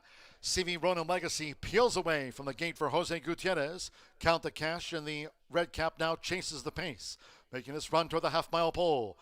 More Gold is running in third by a length. Yoshida's Impact in fourth. Then toward the inside, Bella's Charm. Jake's Trouble in the yellow jacket is out wide, second to last, and the one beaten for speed. Left trails the maiden sprint as they go past the half-mile pole, with CV Ronin Legacy to track down the quarter in 22.24 seconds. Around the far turn that way, it's CV Ronin Legacy, who leads Count the Cash by 3, coming toward the quarter pole. More Gold joined toward the inside by Bella's Charm with a white cap. Jake's Trouble has raced wide in 5th. Yoshida's Impact now gains between horses. Jake's Trouble is now second to last on the far outside and left. Has yet to pick up a hoof into the stretch. It's CV Ronin Legacy. Half mile, 45.91 seconds with Jose Gutierrez. CV Ronin Legacy in full flight for the final 16th. Has pulled away to a 6-length lead. From More Gold, who's now second from Count the Cash. Bella's Charm back in 4th. Yoshida's Impact well beaten in 5th to CV Ronin Legacy, gate to wire by 5. More Gold was second, Count Cash 3rd, and Bella's Charm finished 4th.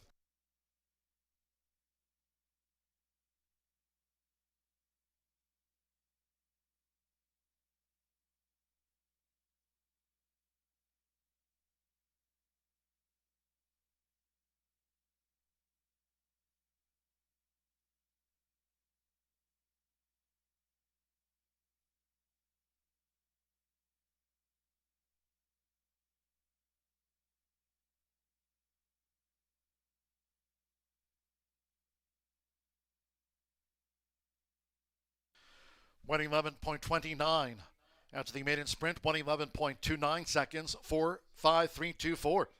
CV Ronin Legacy. 6 to 5 first. Here's the slow-mo. 5 More Gold. 6 to 1 was the runner-up. 3 Count the Cash.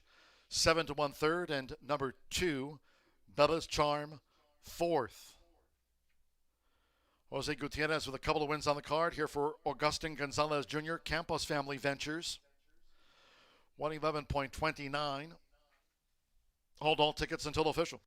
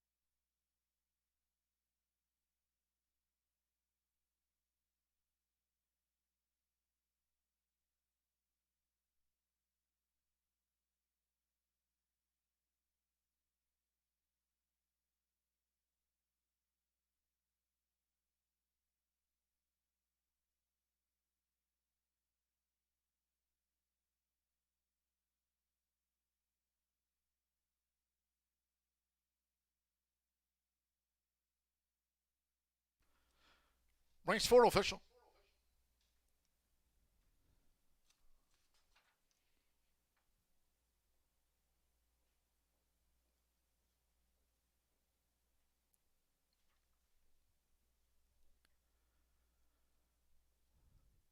Returning to the Murphy Trailer Sales winner circle number 4, CV, Run on Legacy, a running double for Jose Gutierrez. CV Run on Legacy is a 5-year-old dark bay or brown horse by Victor's Cry out of the Storm and Fever mare, Ms. Preacher's Little Girl. Augustin Gonzalez Jr. trains for Campos Family Ventures LLC of Gladys Campos et al. Horseshoe Indianapolis congratulates the winning connections of CV Run on Legacy. Gets off the mark in his 12th lifetime start. Takes out the maiden sprint. 4-5 exacta, $22.20. 50-cent trifecta pays $19.25. 4-4 double, $20.60. 10-cent superfecta, $18.11. Bellows Charm ran 4th. 50-cent pick 3 covered races 2, 3, and 4. 7 with the 4 with the 4 pays out $40.80. And the maiden dash, favorite, first. All 7 ran. 111.29 after the running of race 4.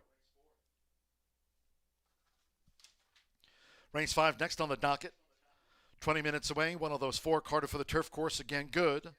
Note that turf rail position, set at 12 feet. That's a program correction. Rail at 12 feet out there on the turf course. Course rated good. To start off this race week, scratch the 12. Cooperin was entered as a main track only. Scratch the 12. Cooperin.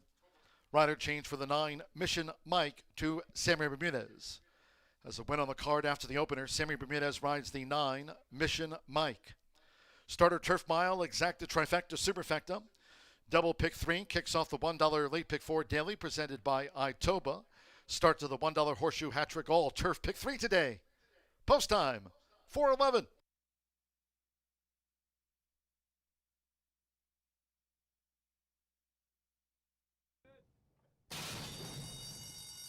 And they're off. And Jake's Trouble was one of those last away. CV Ronin Legacy peels away from the gate for Jose Gutierrez. Count the cash, and the red cap now chases the pace, making this run toward the half-mile pole.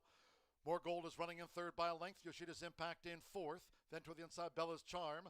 Jake's Trouble in the yellow jacket is out wide, second to last, and the one beaten for speed. Left trails the maiden sprint as they go past the half-mile pole with CV Ronin Legacy to track down the quarter in 22.24 seconds. Around the far turn that way, it's CV Ronin Legacy, who leads Count the Cash by 3 coming toward the quarter pole. More Gold joined toward the inside by Bella's Charm with a white cap. Jake's Trouble has raced wide in 5th. Yoshida's Impact now gains between horses. Jake's Trouble is now second to last on the far outside and left. Has yet to pick up a hoof into the stretch. It's CV Ronin Legacy. Half mile, 45.91 seconds with Jose Gutierrez. CV Ronin Legacy in full flight for the final 16th. Has pulled away to a 6-length lead. From More Gold, who's now second from Count the Cash. Bella's Charm back in 4th. Yoshida's Impact well beaten in 5th. To CV Ronin Legacy, gate to wire by 5. More Gold was second, Count Cash 3rd, and Bella's Charm finished 4th. Ladies and gentlemen, for information on the 9th race, closing out the card here at the start of the race week with a quarter horse maiden juvenile dash over the 300 yards in the 9th. Equipment change for number 4, Ivory Jane. Blinkers off. That's in the 9th. Number 4, Ivory Jane. Blinkers off.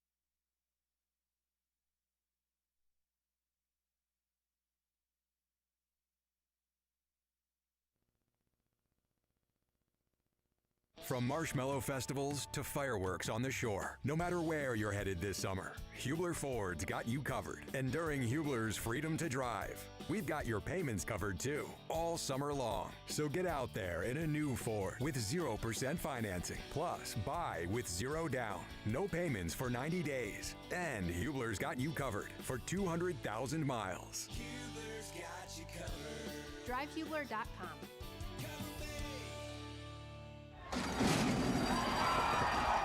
The 2025 Global Symposium on Racing.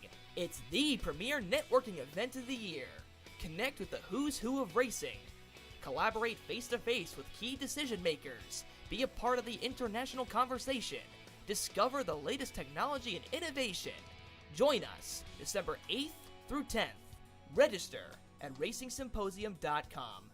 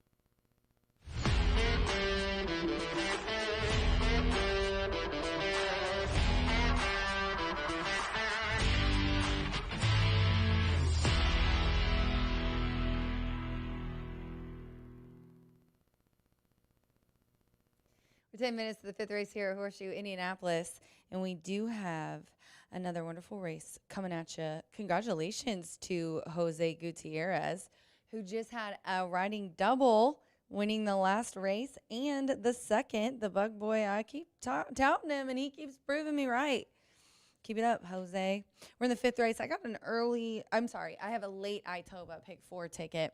It's just $48, and it's going to start here in this 3-year-old and up starter optional, claiming for $12,000. They're going a mile on the grass. And I've got the 4-2-9 here, just scratch of the 12. Hydro Frost is 13-1. Ivan Roman aboard here. This is a 6-year-old gelding who's had 33 lifetime starts. And here in Indy, he's moved over, gone to Turfway in the offseason. He's been around Kentucky and the Midwest circuit. But I just really this is a race. It's a starter. It's a mile on the grass. Yeah, his second place finish last time was at a mile and 16th on a good main track. But if you go back to his last couple of wins, he's another optional claimer, and that was on another good track. Then he ran here on May 27th at a mile on a good track on the turf at 10. Put up an 80 Brisnet speed figure there and won by half a length. So and then before that, he was on the turf and only lost by a length for second. And he had Evan Roman on for one of those wins, and then his most recent race as well. He is going from a mile and a 16th to a mile. All of those turf races I just mentioned that he had exceptional runs was at a mile on grass. So I just think that Hydro Frost looks really good here. Evan aboard for Michelle Elliott, who owns and trains the 6-year-old gelding. And yeah, 2025, I'm not mad about 2 wins in 2 seconds. He's done well. And he is 5 for 5 on Indiana turf. So y'all are sleeping on Hydro Frost 13-1. And then I'm going to go next to the 2, Elevated Game, 4-1 on the tote board. Elevated Game, it's Louis Contreras up in the irons for Randy Matthews. Randy, one of my all-time favorites. He's such a horseman, such a stand-up guy. This is a 4-year-old gelding who's making his 19th lifetime start. He's got 5 wins, 3 seconds, and 2/3. He is kind of getting off to a slow start, but he switched barns here. They claimed him back on May 12th. Here, he ran on the turf at a mile and was an even 5th. And then Randy put him at a mile on the turf in one of these starters, just like this, and ended up going for it, really. It was a length off the lead. Ended up a half length off the leader, and then coming into the stretch was second by 3 lengths and then passed him. So ended up third in that race. It was a good third, though, a hard fought one. He was 14-1 on that day. So look at him now. Just got bumped up to the favorite at 4-1, Elevated Game. He's kind of got a stalking running style here. But if you go back to I think he's probably going to open up here. It's August, probably in September. If you look back to some of those tries on the turf last year, he was at Colonial and Laurel. He was a nice winner there at Parks. He was a nice winner at Colonial, second by a couple lengths in there. People keep claiming him. He's a hot commodity. We'll see what happens. He's in for the tag of 12 today. And then I'll round it out with the 9. In here is the 7-2 current favorite, Mission Mike. Victor LeBron in to ride for Steve Cahill, who I'm running down to see right after this. I'll be right down there, Steve. He's run this one at Belterra Park, and Victor's run his last 2 aboard this 4-year-old gelding. Now, those 2 wins were on dirt. He does have a race going 2 turns in June at Belterra on the turf. Didn't do much there, but does have some form back at Tampa and claiming for 16, which is where Steve got him, a nice third and a win. 4-2-9 for me, 5 minutes to the 5th race. I also have a late pick 4 ticket that you can play. I had 4 in here, 2, 4, 5, 9. And then I went 1, 2, 3 in the next race, 7 and 10. And then I rounded out with the 2 and the 7. There's my $48 ticket. Get it in, guys. It's a $1 minimum now. Everybody loves it. And get in your ticket for the late Itoba pick 4. Good luck.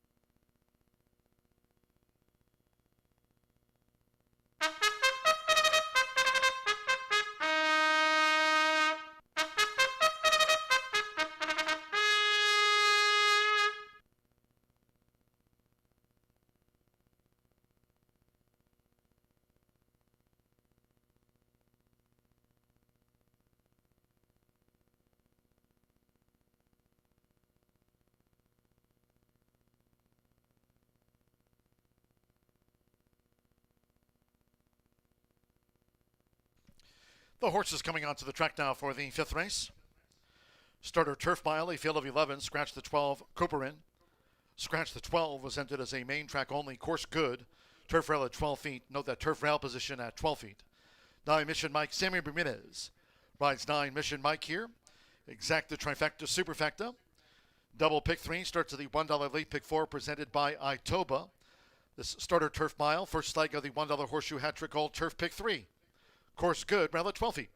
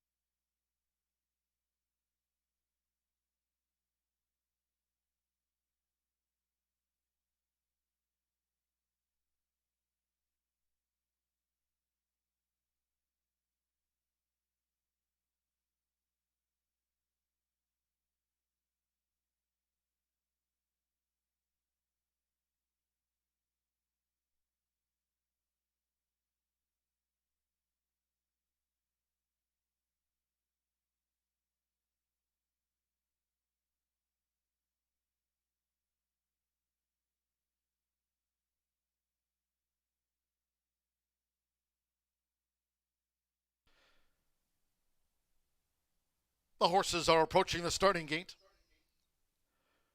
Crossing over to the turf course here for the second time today. On final approach for the mile start.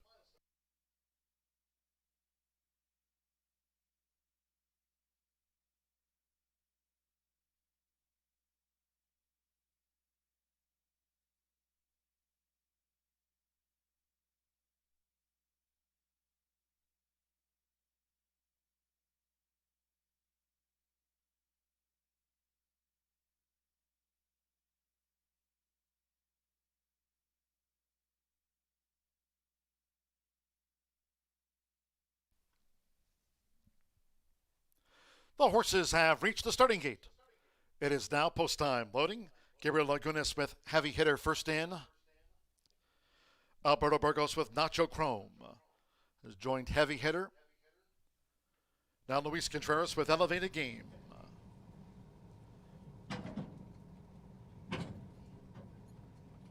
Sando Sanjor with Nicolau coming up.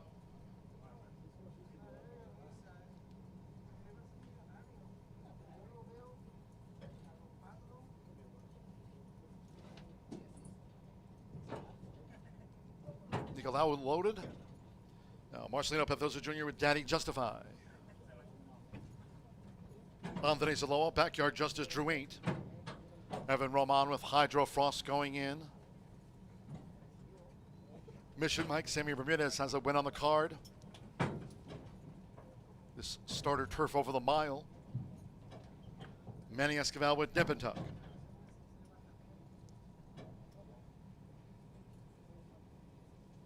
Just to couple them back, Fernando de la Cruz with Hold Your Applause.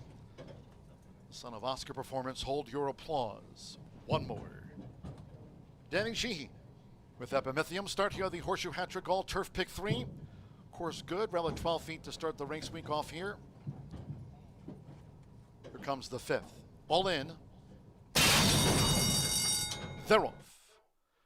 Elevated Game broke well, along with Daddy Justify. Here's the gray. Hydro Frost with an early run as they make their way toward the first turn. So with Evan Roman, Hydro Frost leans out, opens up an early 4-length lead on Hold Your Applause, with to the inside Elevated Game after a sharp start, running in third out to the stretch. And then comes Backyard Justice with Nip and Tuck. Nearest the inside is Daddy Justify, now at the 5.5. Following Daddy Justify is Epimethium, has the red sleeves, just in advance of Heavy Hitter. Then comes Nicolau, who's racing 2 lengths in front of Nacho Chrome, who's running in 10th, and Mission Mike is last of 11. 22.52 lead seconds. Hydro Frost generates the pace here in the turf mile, going past the half mile. It's Hydro Frost who leads here by a length and a half. 2 on the outside. Hold Your Applause who's vying for second with Elevated Game the rail. Half mile, 47.04 seconds. Backyard Justice in 4th. Nip and Tuck is 5th. Epimethium in 6th. Daddy Justify is 7th. Heavy Hitter is 8th. With Nicolau running back there in 9th. The trailers Nacho Chrome and finally Mission Mike. It's Hydro Frost past the quarter pole. Hydro Frost with a 2-length lead on Elevated Game, who's now trying to gain on Hydro Frost as they come charging off the turn. Hold Your Applause, Nip and Tuck in the red cap. There's a furlong to go, and here's Elevated Game. For Luis Contreras, Elevated Game is lifting and has taken the lead and pulls clear past the 16th from Hydro Frost. Nip and Tuck, and on the outside, Daddy Justify. It's Elevated Game. Elevated Game won by 5 from Nip and Tuck in a photo with Daddy Justify. Second, close. Hydro Frost with Nacho Chrome next.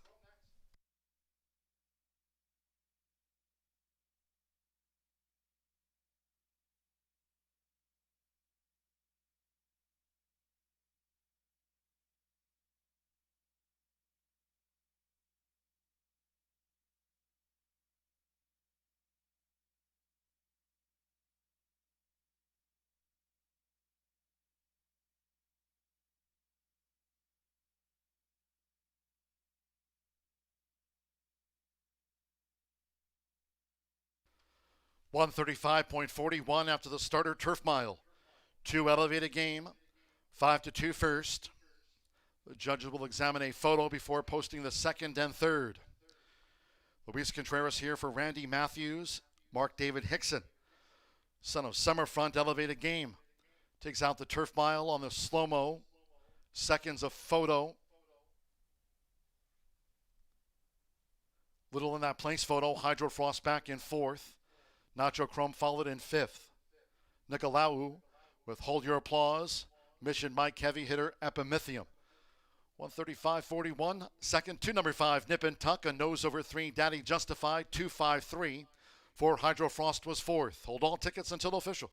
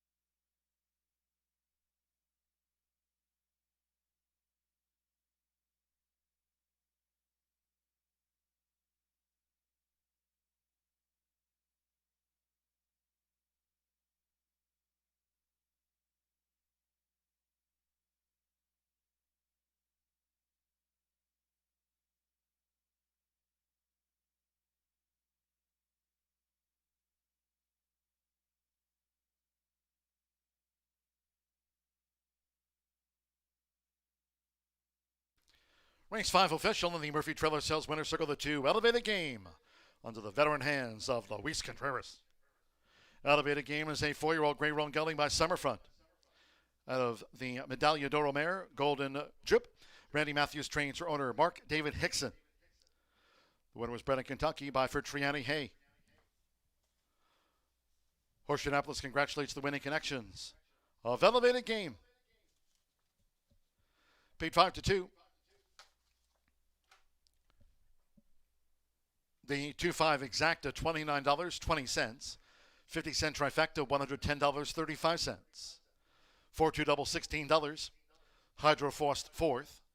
The 10-cent superfecta, 2-5-3-4, netting $86.55. The 50-cent pick 3, $29.45. The $1 early pick 4. Daily starts on our second of the day, pays out on 4-4. $356.70. 50-cent early pick 5. Daily kicks off with the first. 5-5. $487.75. 135.41 out to the starter turf.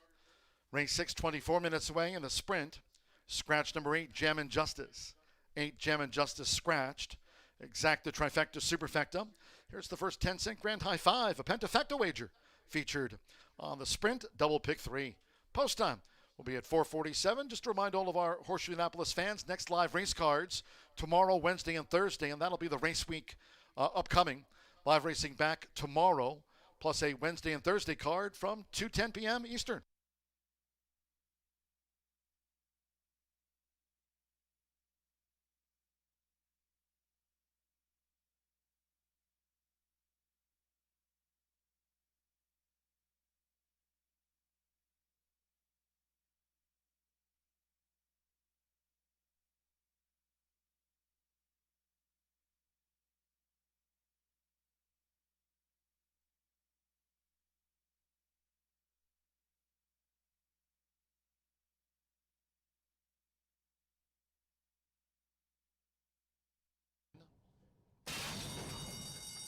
They're off.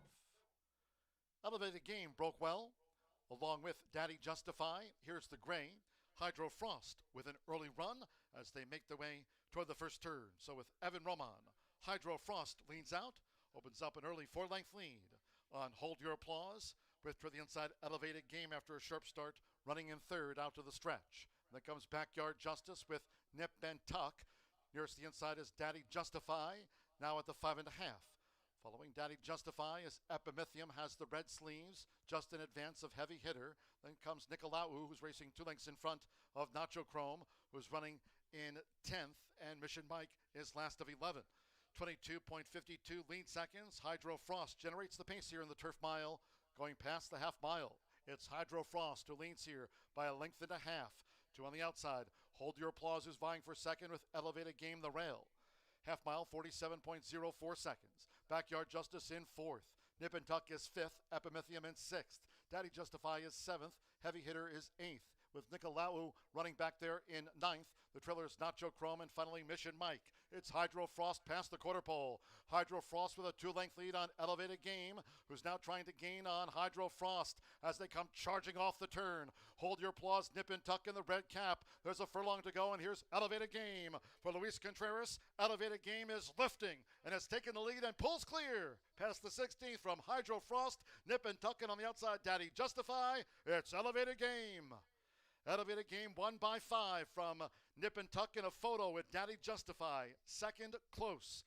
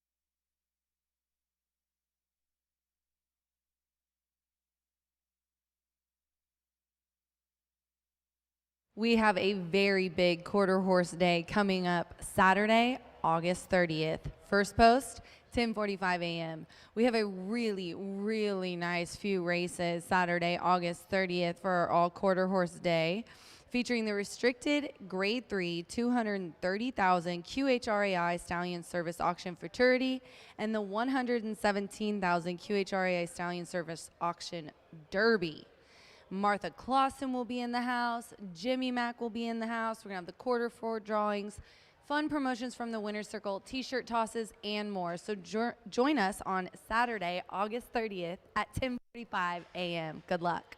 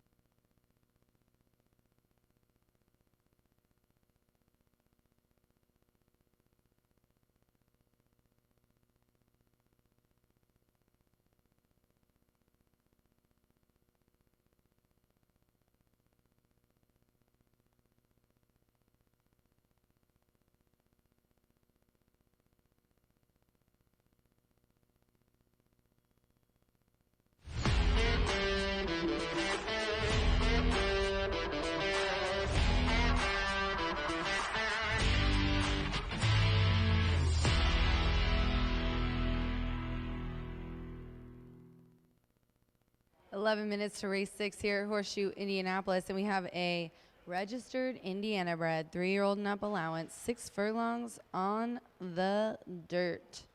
This is a nice group, and we do have a scratch in here of the 8, and that is Jammin' Justice. These are all non-winners of one other than, and the 7 Douly fits into that particular one, but most of these are horses who have only won one race, so it's going to be an interesting one. Tap, tap, tap it in. A little bit of Happy Gilmore reference there. Tap, tap, tap it in. Tim Eggleston has this 3-year-old gelding ready to go, I'm sure. Jordan, his assistant trainer, another good horseman, and then Mitch, has him in the irons, and they're looking to team up for a double after winning the 3rd race together. Let's look at Tap Tap Tap It In's previous tries here. Aside from the high percentage jockey and trainer, this horse put up an 81 at 6 furlongs last time here on July 3rd. We're going 6 again. He's got very similar times, 21 and 3, 21 and 3, 23. I mean, he has the same start to the same kind of race the last 3. He was in an allowance, put up a 76 and was second with Mitch. Then June 11th, he was in the Hoosier Breeders' Sophomore. Man, I thought he was going to get it. He ended up getting 4th by 2.5. And then last time, he was in the same kind of allowance, put up an 81, one of his best business speed figures, and he gets beaten by a head. That horse is not in here. He got off to kind of an awkward start in there and still ran really well. I think it's finally his time. He's 3-1 right now on the tote board. And then I went with the 1 Woodaz, 5-1 here on the tote board. Jose Gutierrez for Gennaro Garcia. Jose is looking for the hat trick. Can our bug rider put it on 3 times? That would be so exciting, I think, for him. Now, he hasn't ran since last in April 29th on the slop, and it was the maiden breaking win at 5.5. He won by almost 7, and just looked really good doing it. This is a big step up, of course. It's first time with winners. I always say that's a big adjustment for horses, no matter what kind of races they've been in. But he's got early speed, which I think is really going to help him, and he's on the inside on the dirt on a shorter race. And look at him. He's feeling good. He's feeling his oats, and he looks really good in the paddock, too, physically. He also has a really nice bullet work on August 8th at 4 furlongs, 47-1, breezing one of 27. So I just love the one at 5-1. Definitely put some money on him. And then I stuck to these inside horses. I see the 10's the heavy favorite, Sleepy. I get it from Klopp, but I like the 3 a lot, and that is Special Creed. Michelle Elliott trains, and Evan Roman aboard. I'm sure he wants to redeem himself from that last turf race. I think that they really liked the way that went, but I think he maybe can with this 3-year-old gelding who's dropping in class today. He's been in nothing but stakes races since back in June. Hoosier Breeder sophomore, a third, and then the other 2 he was routing. I think he likes the sprint. I think that he's going to show up today, love getting back to a shorter distance, and he's dropping in class, and he has early speed. I mean, look at these starts. He's always on the lead. So definitely could not leave out Special Creed here. I think he's got a real shot. 2-1-3 for me here in the 6th race at Horseshoe Indianapolis. But the 10 is your favorite, Sleepy, with Fernando de la Cruz aboard for Randy Klopp. Good luck.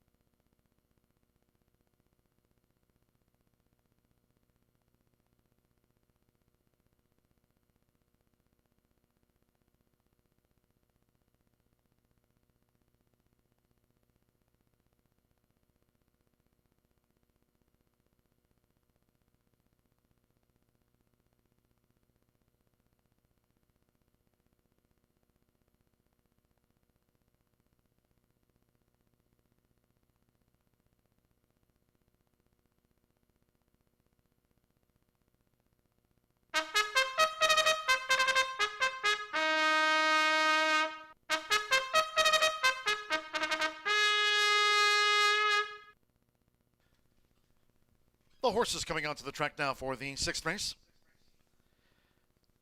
This race will be run at 6 furlongs, fast main track. Here a field of 9. Scratch 8, Jam and Justice. Scratch the 8. Exacta, Trifecta, Superfecta. The 10-cent Grand High 5, Pentafecta. Featured on the first time here on the card today. Double and the 50-cent Pick 3s roll on. 3 minutes to post time. 3 minutes to the off.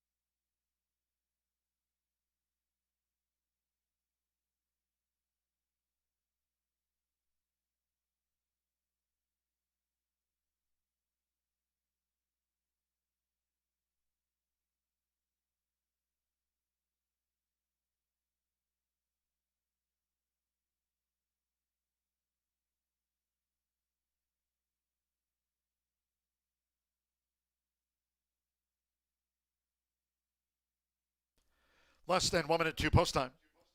Less than 1 minute.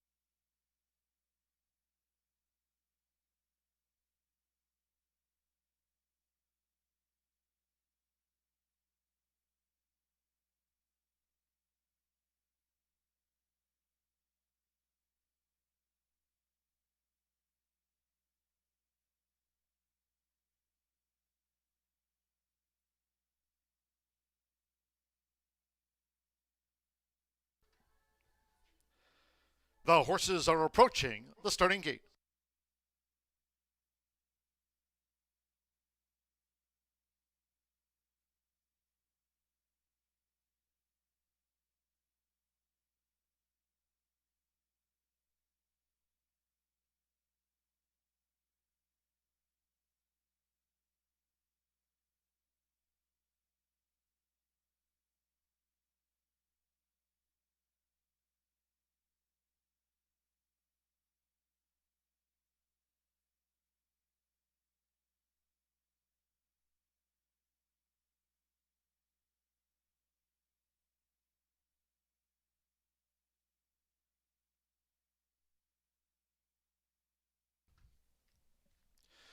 The horses have reached the starting gate. It is now post time. Indiana breds moving into the starting gate. Budaz, Jose Gutierrez with a couple of wins on the card. Here at the starts of the race week. Tuesday, Wednesday, Thursday post time 2:10. Joe Ramos with Goldwyn loaded. Orlando Mexico with Our Guy Max. Budaz has the rail draw.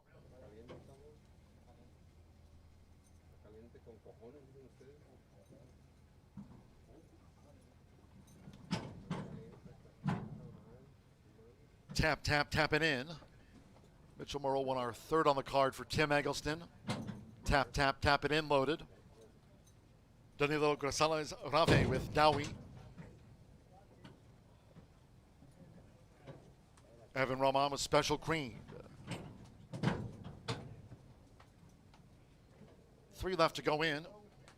Santo Sanjor with El Michoacano.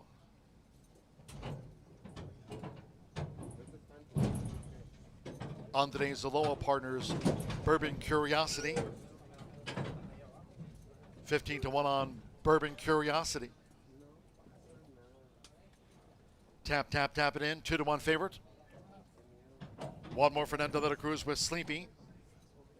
Sleepy like Goldwyn. Both for Randy Klopp. Over the 6 furlongs. We've had a fast track. They're in the gate.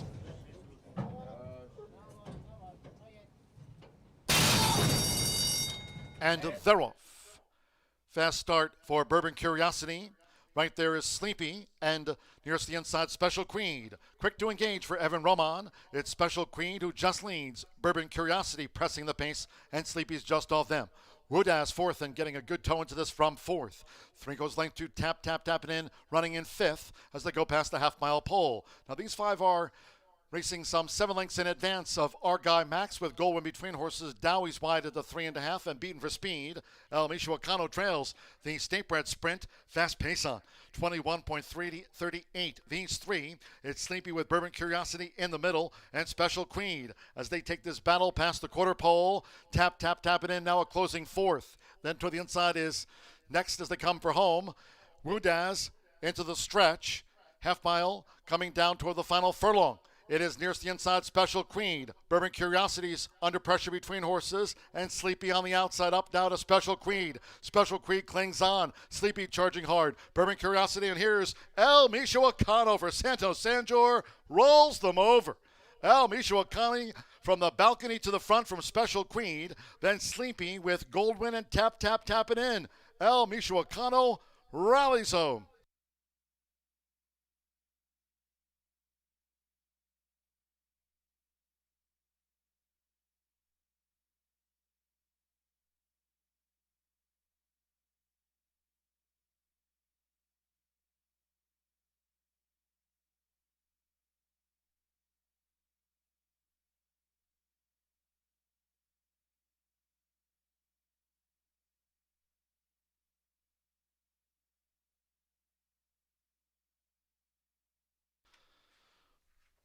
$110.27 was the posted final for that State Bred Sprint. Forward El Michoacano.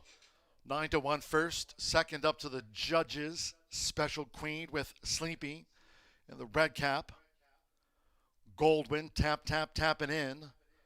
Bourbon Curiosity vied but dropped away. Our Guy Max Woodaz. Dowie trailed 110.27. Last to first. Big rally from the son of Kozan. El Michoacano Santos Sanjor for Rancho Monarca at 9-1.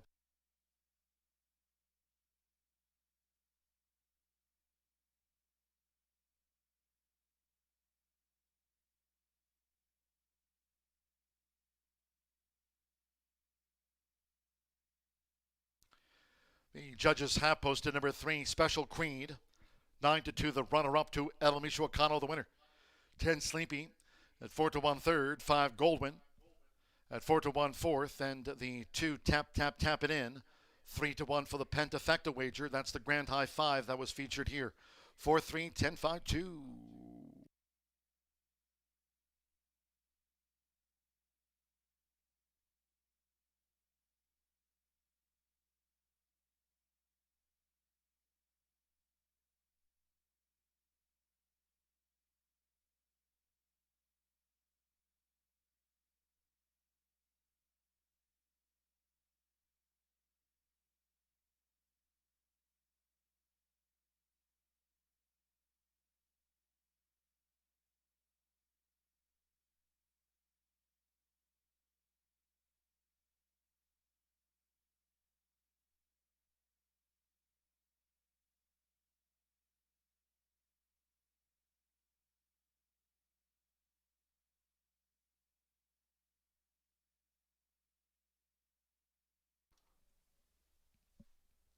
Race 6 official.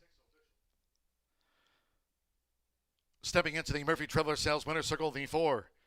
Last to first, El Michoacano with Santos Sanjor. El Michoacano, a 4-year-old bank gelding by Kozan. Out of the first Samurai mare, Flor de Paricio, for Rancho Monarca's Catherine and trainer Tony Duran.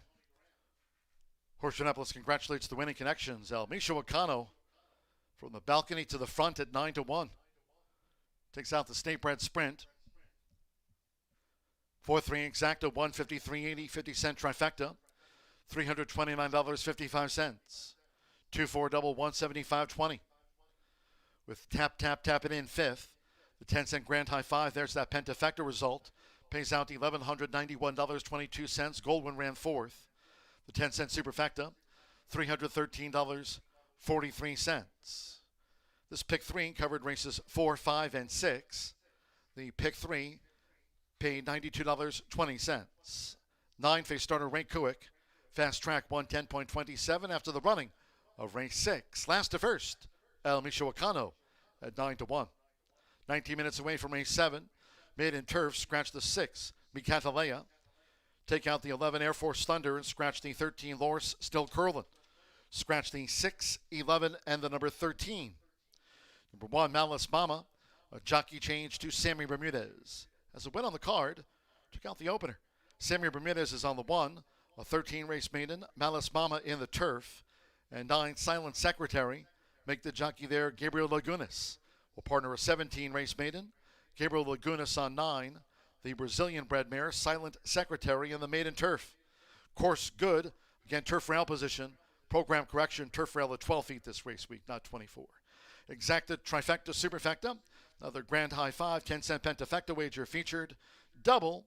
And final pick 3 on a 9-race day. Post time, 5:17.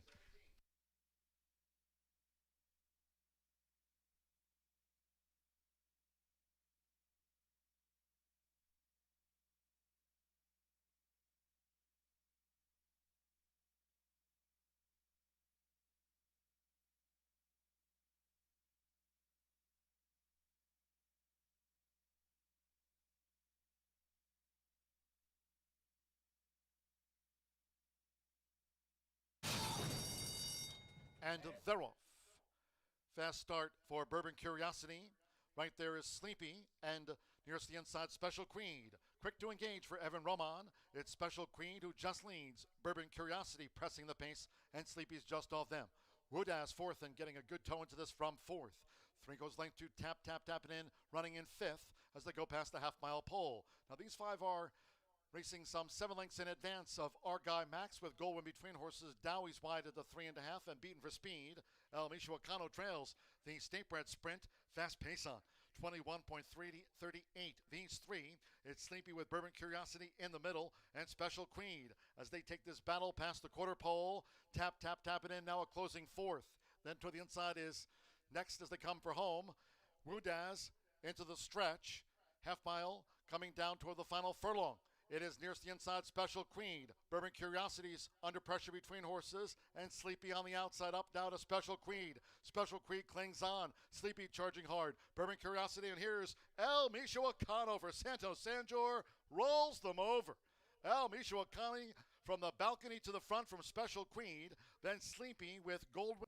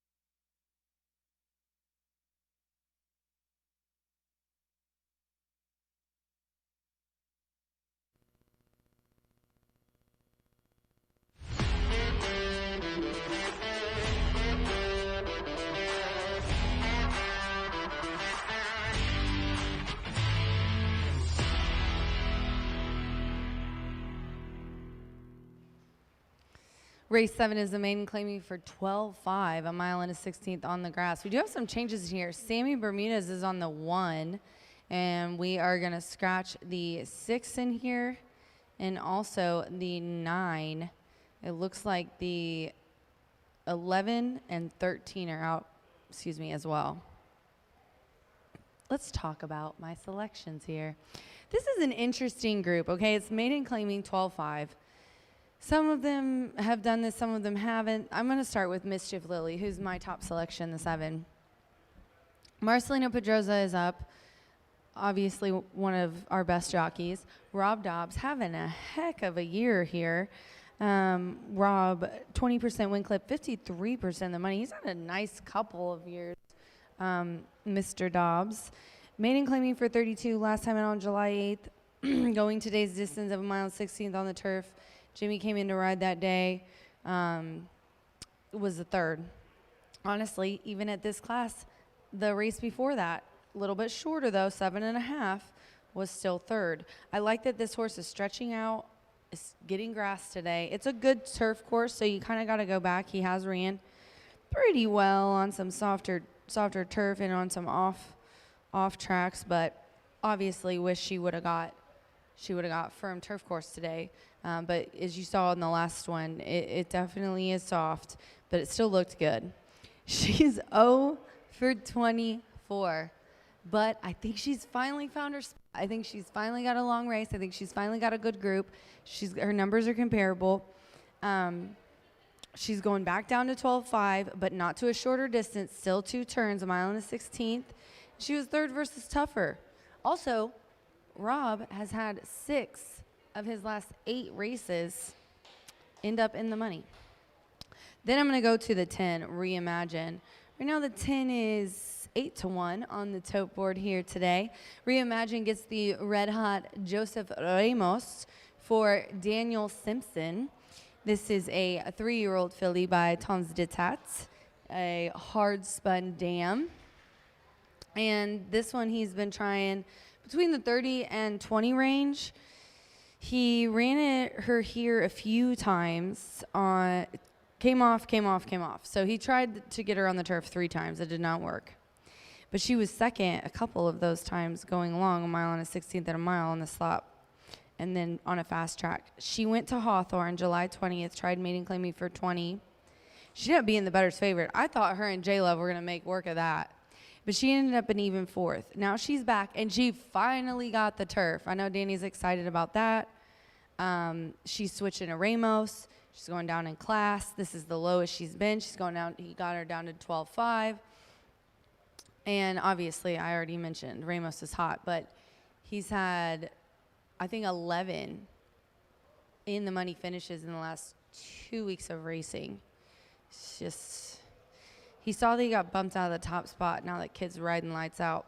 The 2, Tiz Salty. Tiz Salty is 4-1 right now on the tote board. Tiz Salty gets Fernando de la Cruz aboard for Mike Thompson. Fernando looking for his first win today. But this horse has been down to this class, but at Churchill, and was second. This horse has never ran on Indiana grass, so they're bringing Mike Thompson's bringing her here. She's by Accelerate. Tiz Now Dam. Tiz Now Cupid, my favorites. Definitely, 0 for 13 is better than 0 for 24. But she's tried so many times, but they haven't got her on grass. She's tried one time. One time she got on turf. But it did not result in, an in the money finish. And it was a long time ago. I like that they've tried Polly. She was close. Those were most of her second place finishes were Polly. So maybe that will transfer. Maybe now that she's doing that later in her career, they're dropping her back down to 12.5, where I think she's competitive. It'll be even better. We're 4 minutes to post. Jockeys are probably about to get the leg up. I am on the 7, in the 7. 7-7. Good luck.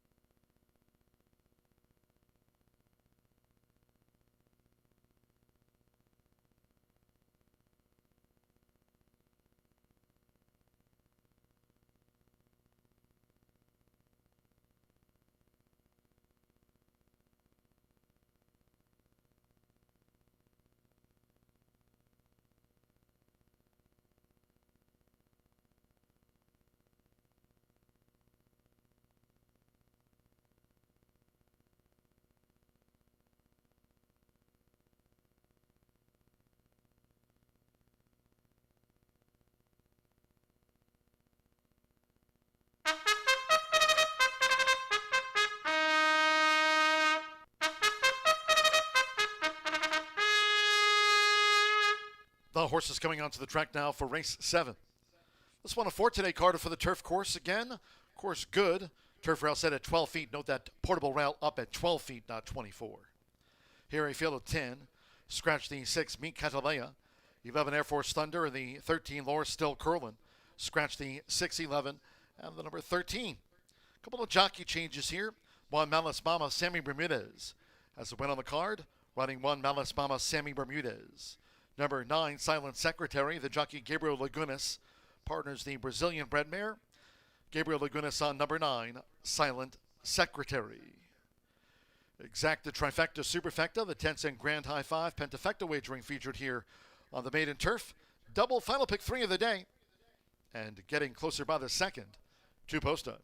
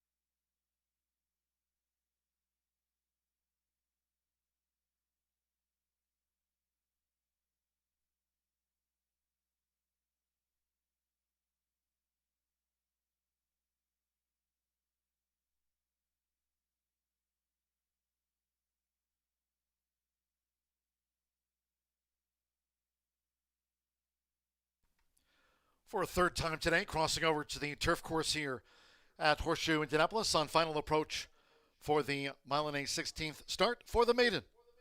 Course good, rail at 12 feet.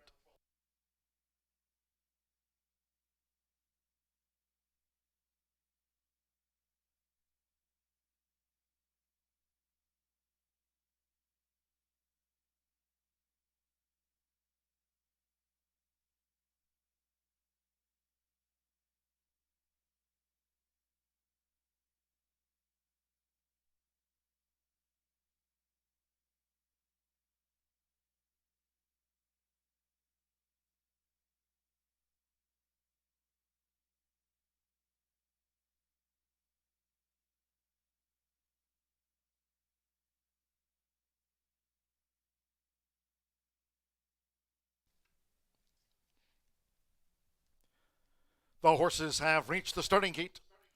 It is now post time. Loading for the maiden, Sammy Bermudez with Malice Mama. She's first in. Marcelino Pedrosa Jr. with Mischief Lily joins Malice Mama.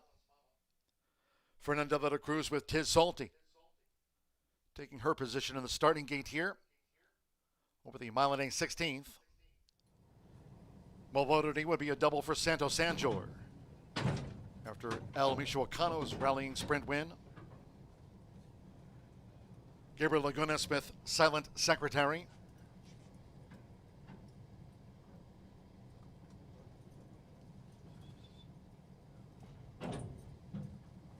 Rodney Prescott, Melly's Birkin in. Danny Sheehy with No Apologies drew 4. Joe Ramos with Reimagine. 2 back. Rafael Mojica Jr., Little Juanita, Black Silks with a white cap. Course good, rail at 12 feet. Little Juanita. One more. The daughter of American Freedom, Jessie Jane.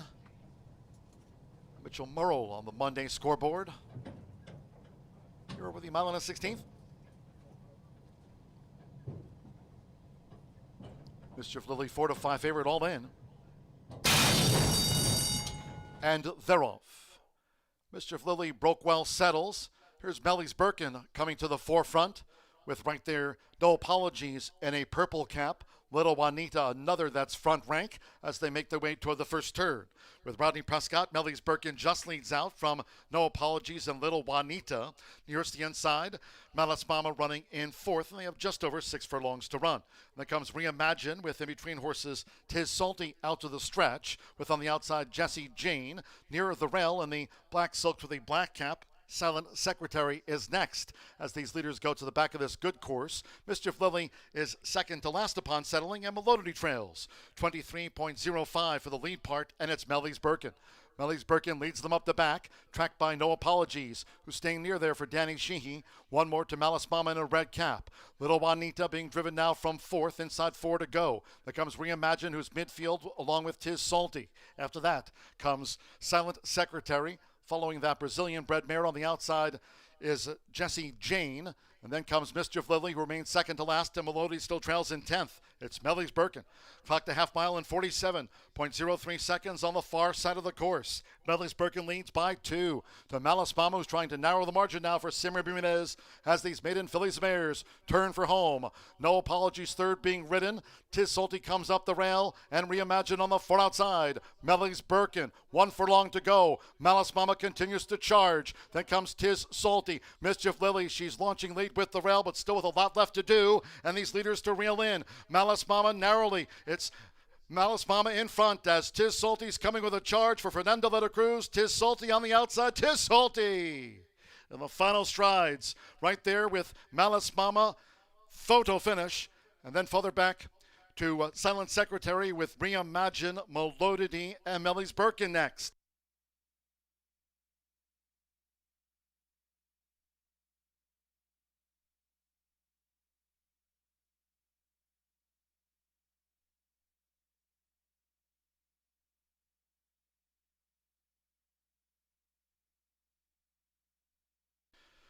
.144.43 after the maiden fillies mares turf. 144.43. The course good, rail at 12 feet this race. It is a win photograph here in race 7. Close to the minors, too. Photos hold all bets after the maiden distaff turf, 144.43.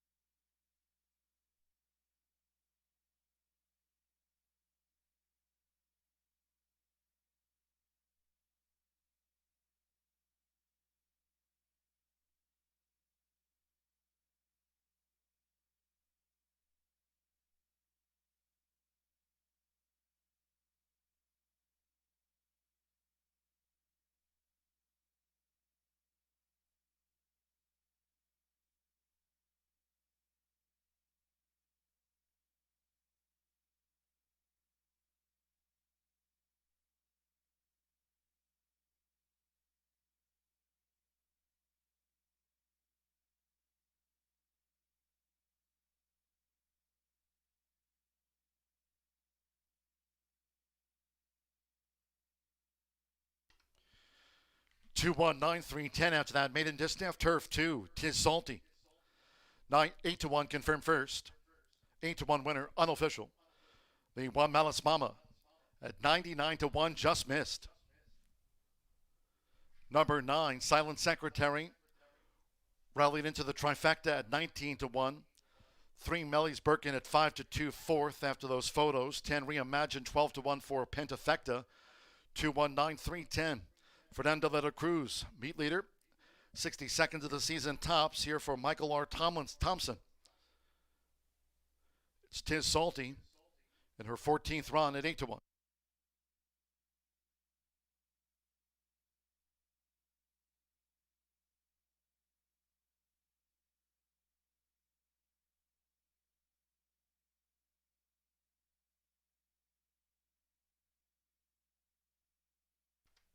Result official. 2-1, 9 3 10.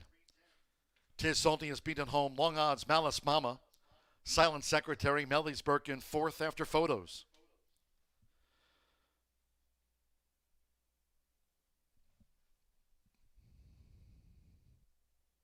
In the Murphy Trailer Sales winner circle, the 2 Tis Salty out to the maiden ranks with Fernando de la Cruz.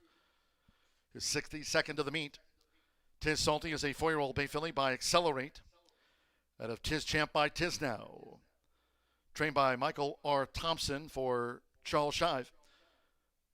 Horseshoe Indianapolis congratulates the winning connections of Tis Salty.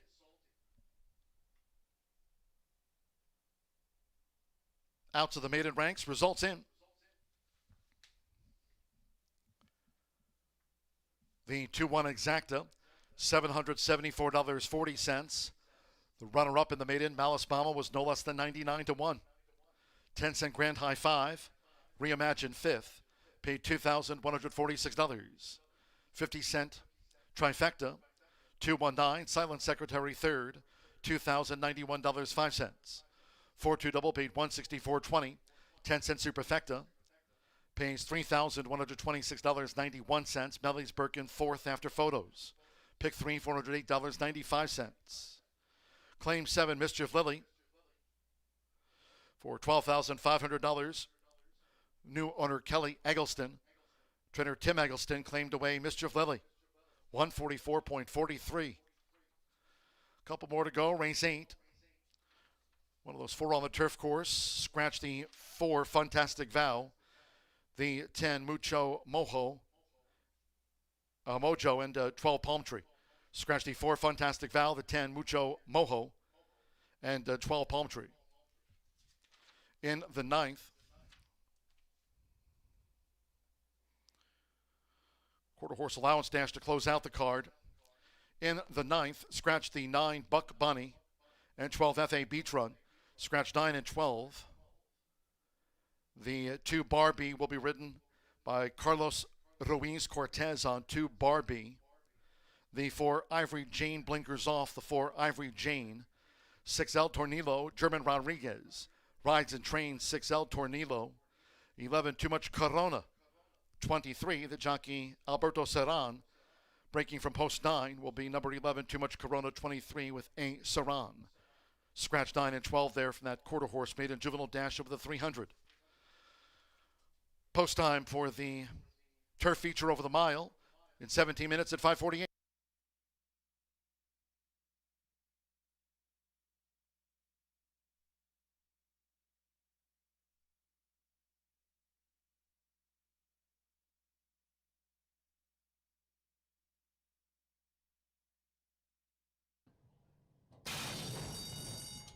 And they're off. Mischief Lily broke well settles.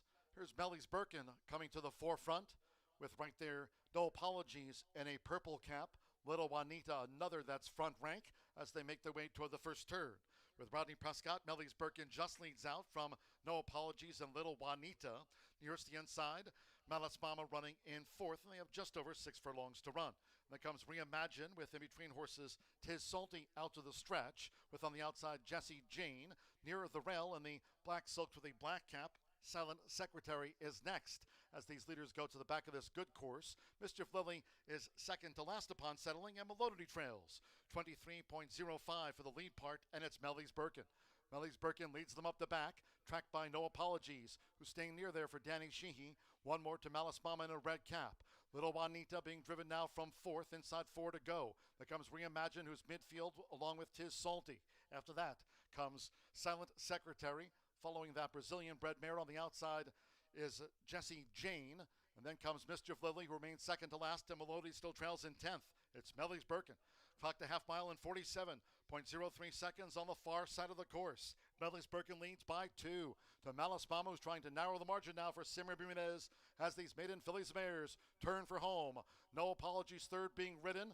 Tis Salty comes up the rail and Reimagine on the far outside. Melly's Birkin, 1 furlong to go. Malice Mama continues to charge. Then comes Tis Salty. Mischief Lily, she's launching lead with the rail, but still with a lot left to do. And these leaders to reel in. Malice Mama narrowly. It's Malice Mama in front as Tis Salty's coming with a charge for Fernando de la Cruz. Tis Salty on the outside. Tis Salty in the final strides right there with Malice Mama. Photo finish. And then further back to Silent Secretary.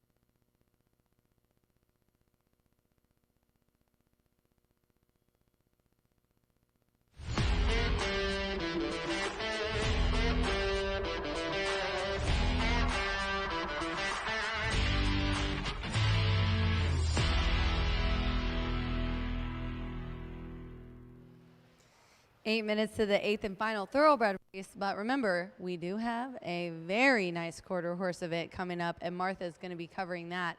Also, as a reminder, Martha will be here the last Saturday of the month for our big stakes race. We're very excited to have the privilege of getting the quarter horse professional out.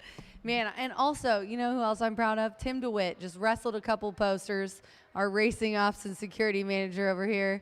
Is there anything that man can't do? All right, race 8. I'm going to go with the 7 on top. This is a wide open race, man.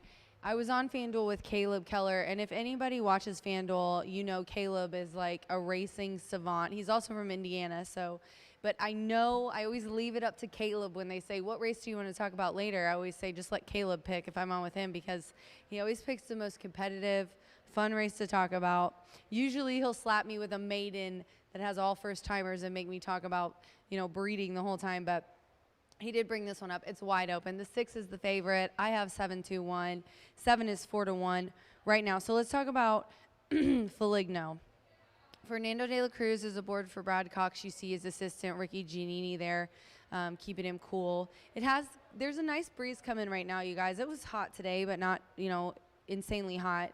But there is a little bit of a breeze coming in, but very important to keep him cooled off. Now, this horse ran at Fairgrounds, and I highlighted all of the races that I liked. So, obviously, the one back on March 8th at Fairgrounds, and Ricky is the assistant at Fairgrounds as well.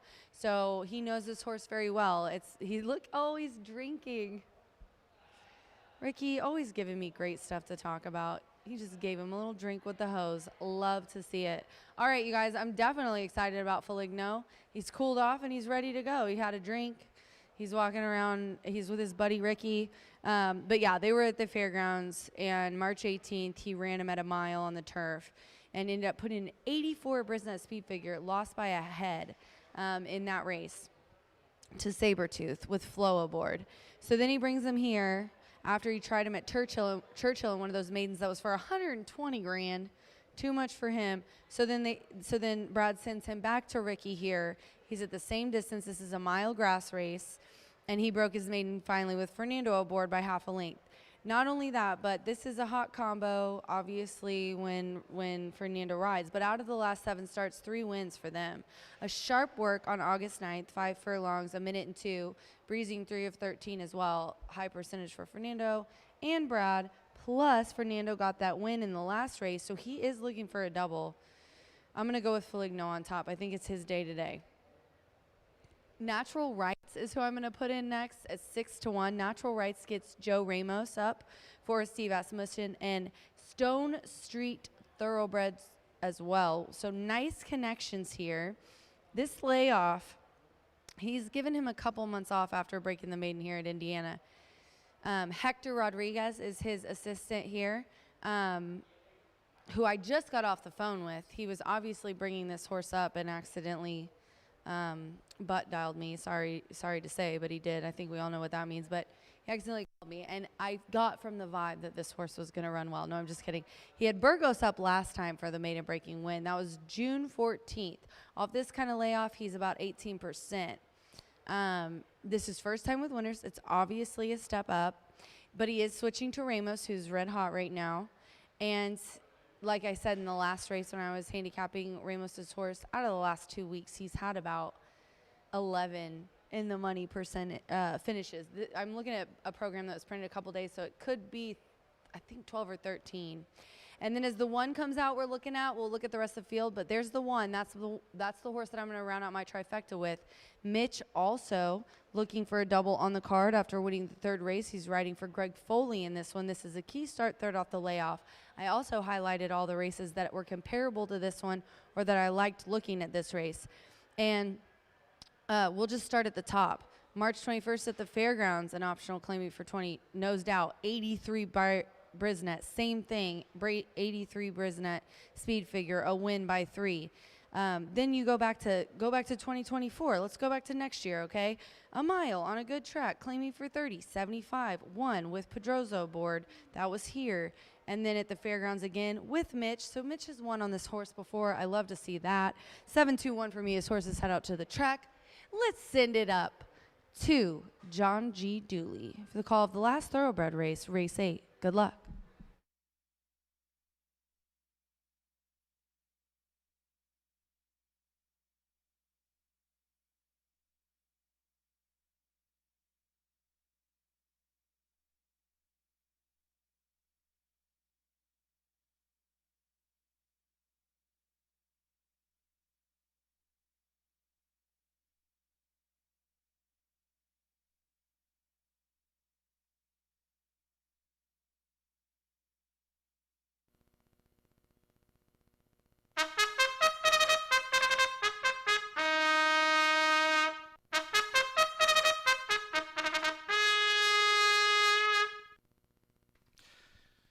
All right, the horse is coming onto the track now for the 8th race. It's the feature of the day over the mile. Turf good, rail at 12 feet on the turf course.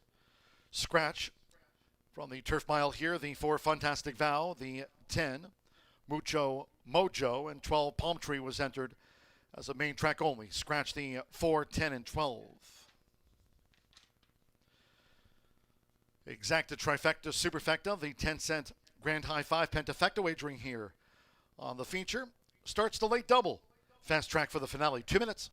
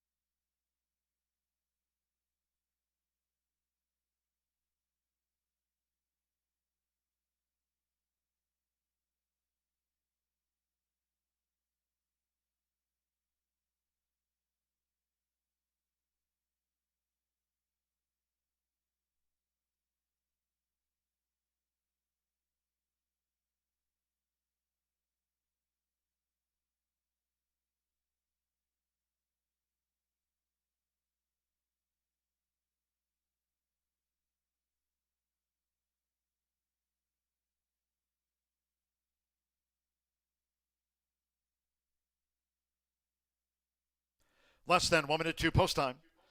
Less than 1 minute.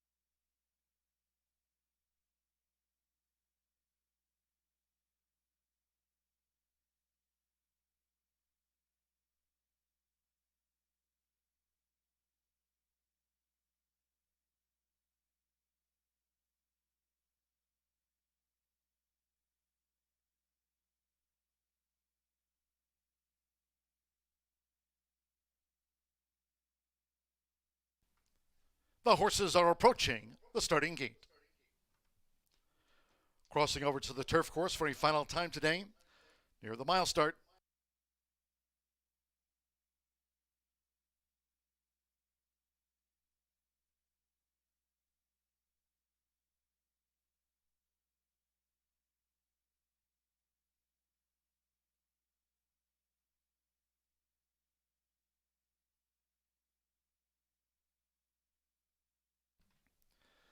The horses have reached the starting gate. It is now post time. With Marcelino Pedrosa Jr., Dance Some Mo was first in.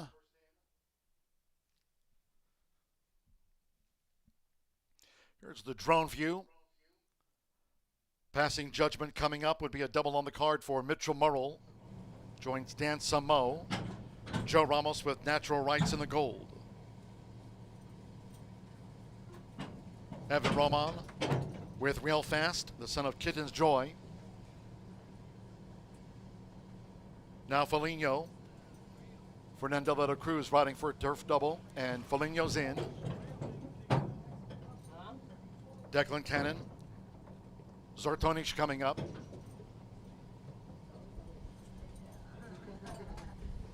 Joseph Biemer with Stomont Reunion. Zartonic in, Stomont Reunion. Two back. Royal Spirit, Luis Contreras has a win on the card. Hero of the Mile. One more. Orlando Mexico with Sovereign's Joy.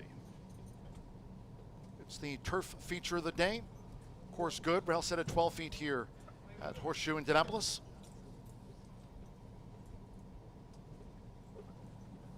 They're in the gate.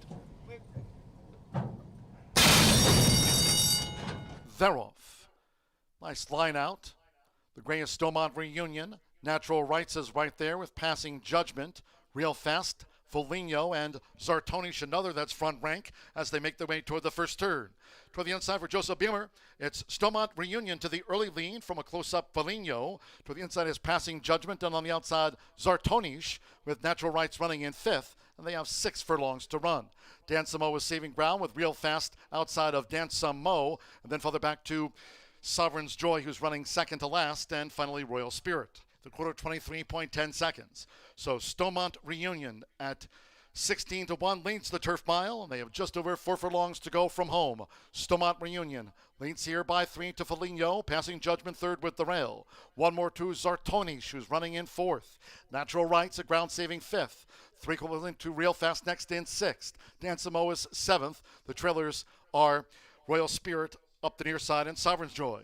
Half mile, 46.85 seconds. They transition to the far side of the course. Stomont Reunion looking to make every yard here for Joseph Biemer as Foligno starts to gain. Passing Judgment is third as they went past the quarter pole. And here's Foligno up to Stomont Reunion. Natural Rights tips to the outside and Passing Judgment in the red cap. 3/4, 1 minute 11.23 seconds. They're coming down toward the final furlong, and that's Foligno in a fight. Foligno's taking the lead, charging his Natural Rights. Real Fast makes a split and comes up the inside parts of the course. It's Foligno and Natural Rights on the outside. Foligno digs in. Foligno just wins. Foligno in a driving finish over Natural Rights and Real Fast.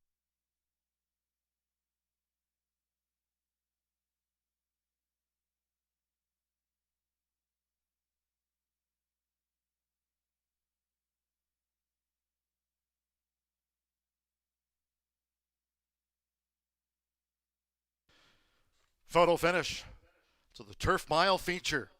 136.45. Photo finish. Hold all tickets.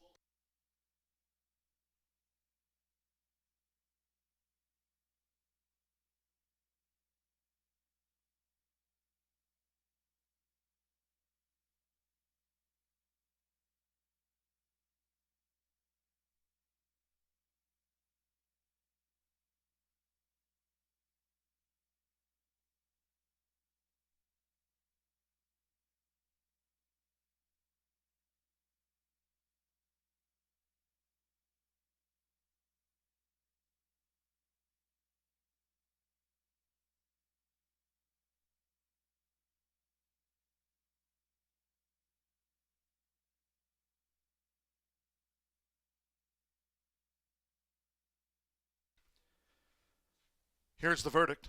7-2-6-5-3-7 Foligno at 4-1 first. Narrow margin of victory over 2 Natural Rights at 9-5, just missed.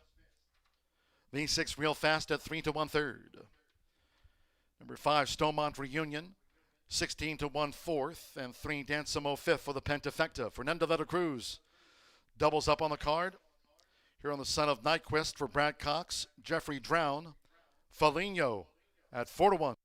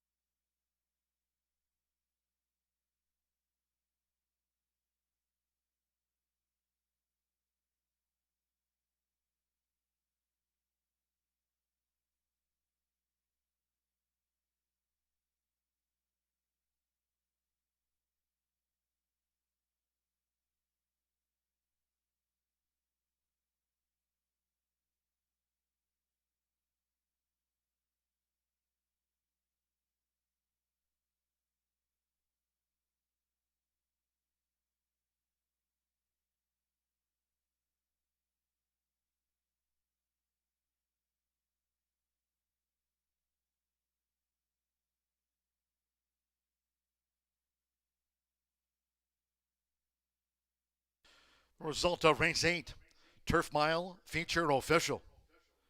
Good finish that. Riding double on the card for Fernando de la Cruz. Wins 62 and 63 for the meet. That's tops.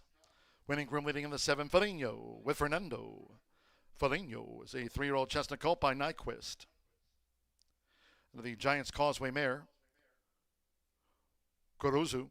Brad Cox trains for Jeffrey Drown. The winner was bred in Kentucky by TNG Farm of Kentucky, LLC. Horseshoe Indianapolis congratulates the winning connections of Foligno. Foligno pays 4-1 with Fernando. 7-2 exacta, $30.80.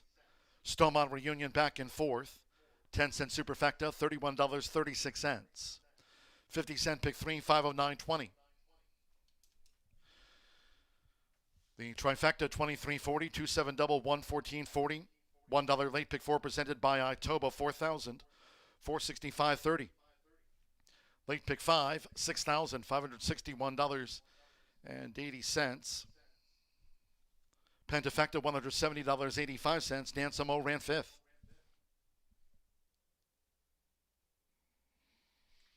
$136.45 after the turf mile. Course good, rail at 12 feet. One more to go. Race 9, 16 minutes away. Closing the card with a quarter horse maiden juvenile dash over the 300 yards. Fast Track, Scratch 9, Buck Bunny, and 12, FA Beach Run. Scratch 9 and 12. 2, Bar B, Carlos Ruiz Cortez rides the 2, Bar B. For Ivory Jane, blinkers off the 4, Ivory Jane. 6L Tornillo, German Rodriguez rides and trains. The 6L Tornillo, German Rodriguez. 11, Too Much Corona.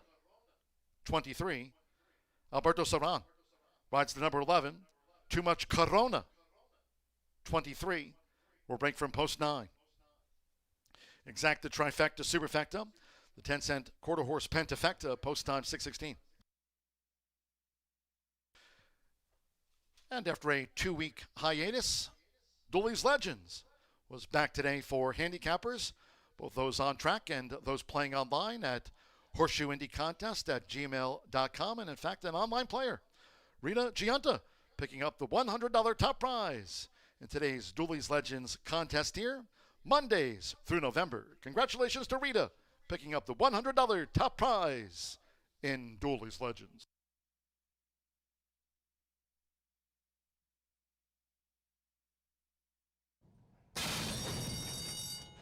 They're off. Nice line out. The Grayest Stomont Reunion. Natural Rights is right there with Passing Judgment. Real Fast, Foligno, and Zartoni Another. That's front rank as they make their way toward the first turn. Toward the inside for Joseph Beamer. It's Stomont Reunion to the early lead from a close-up Foligno. To the inside is Passing Judgment, and on the outside, Zartonish, with Natural Rights running in fifth, and they have 6 furlongs to run. Dansamo is saving ground with Real Fast outside of Dansamo, and then further back to Sovereign's Joy, who's running second to last, and finally Royal Spirit. The quarter 23.10 seconds. So Stomont Reunion at 16-1 leads the turf mile, and they have just over 4 furlongs to go from home.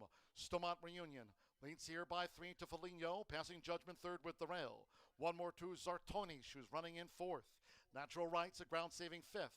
3 equivalent to Real Fast next in sixth. Dansamo is seventh. The trailers are Royal Spirit up the near side and Sovereign's Joy.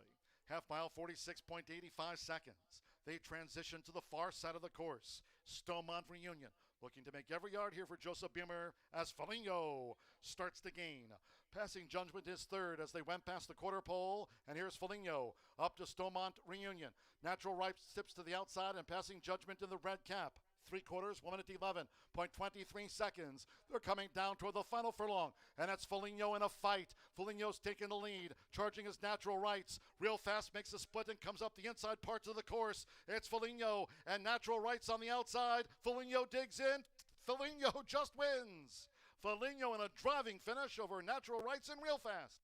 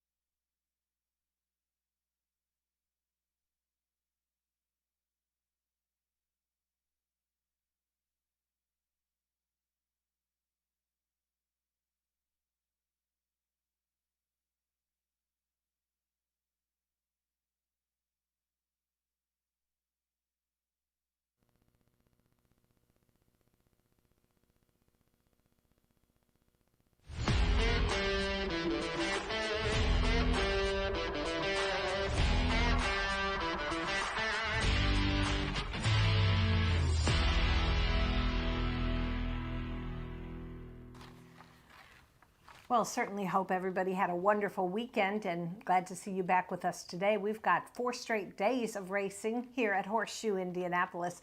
And as usual, we're going to conclude today's card with a quarter horse race. These are 2-year-olds, registered Indiana breds. We just scratched the 9 and the 12, but we have a pretty full field competing at 300 yards. You know, as I've talked about before, the 2-year-olds are tough because they all have a different learning curve. And sadly, the majority of these really did not start out on a high note. There was a lot of trip woes, a lot of issues for these young horses. But I just feel we have such great conditioners, riders. I think all of these horses are capable of having a rebound today. Now the question is, which ones will? All right, we'll find out. Let's go to the paddock and take a look. And I'm going to begin with number 10, and that's Watch for Estella. Trainer Tony Cunningham is having an awesome, just an awesome August. That's all I can say. Winning races left and right. And I think he's got a good chance with this filly by leading quarter horse stallion in Indiana, and that's Escondido Beach. This filly ran second in her debut. That was on May 31st, and then she followed that in a trial for the $194,000 Gordon Mobley Futurity. Now, you know, she didn't qualify for the final, but in her trial, she had to face CV Denali, who ended up winning that rich Futurity. So my feeling is it's not if you get beat, but who do you get beat by? The eventual champion? Oh, I'll give her another look because CV Denali was super tough that day. I think she's going to run a much improved race. She draws the outside. Never hurts to have no company on your outside. So we'll see how she does under her regular rider, Danny Martinez. All right, I'm going to go next to number 1, and that's Jess R. Patriot, trained by current leading quarter horse conditioner Tim Eggleston. And this gelding actually finished in a final of a Futurity earlier this year, 7th place in the $134,000 Jaguar Rocket Futurity. He's the only horse in the field that actually qualified for a Futurity. Several, as I said, ran in the trials, but this horse qualified. You know, ran 7th, okay, but it wasn't his day, but still, that's a lot more experience than some of these have. Rolando Pena is going to have the return call on this son of Louisiana legend Jet Black Patriot. Incredible horse, ran second in the 2008 All-American Futurity, and at that point pretty much put Louisiana Stallions on the radar. That was a real turnaround. I think I was there that year, and I think there's about 120 people from Louisiana cheering him on. It was really cool. Anyway, I have a lot of faith in that horse, and of course, Tim Eggleston. All right, next for me, we're going to go to number 5, Valiant Richard. Returns to action following a pretty scary mishap here in his Jaguar Rocket Futurity, where he veered in and actually fell and dumped poor rider he's coming back today, and that's Eduardo Diaz. That was a tough one. It was kind of scary, but a little bit banged up, but they both came back. And so obviously you got to put that behind him. I think this gelding is going to rebound. Very well bred. He's by Valiant Hero. And, you know, every right to move forward. I'm a firm believer, and Eggleston has shown me so many times this meet. It doesn't matter if a horse has a bad trip or some other woes. He comes back stronger the next time. So don't ignore Valiant Richard. And then I'll round up my top 4, and that's going to be with a long shot, number 4, Ivory Jane. Patrick Easter's homebred. Has not made an impact, unfortunately, in either of her starts. This is a filly by Ivory James, cut off in her debut earlier this meet, and then basically had to steady in her Jaguar Rocket Futurity trial. Those trials for the Jaguar Rocket Futurity really produced a lot of mishaps, unfortunately. It was kind of crazy, but these things happen, especially with 2-year-olds. So she's a filly. She posted a nice work. Okay, now we'll talk about the negatives. 2 bad trips, 9th place finishes. But on the positive, she posted a good work on July 26th. And of course, I'm a huge fan of her trainer, Natasha Perez. A little bit lull this meet, but boy, she is very wonderful hands-on horsewoman, and her rider Diego Bocanegra, very good. I would like to see her turn it completely around today because, you know, Natasha deserves it. She's very good with her horses. 10, 1, 5, 4. That's my top selections. But we do have that 10-cent quarter horse pentafecta. I always try and find one long shot that you might want to throw into your ticket. And today's would be number 6, El Tornillo.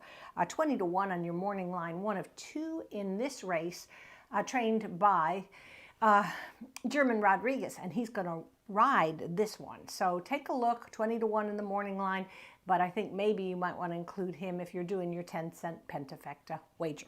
All right, that's it for me. We got racing coming back tomorrow, Wednesday, Thursday, and of course, mark those calendars for our next all-quarter horse day, which is coming up on Saturday, August 30th.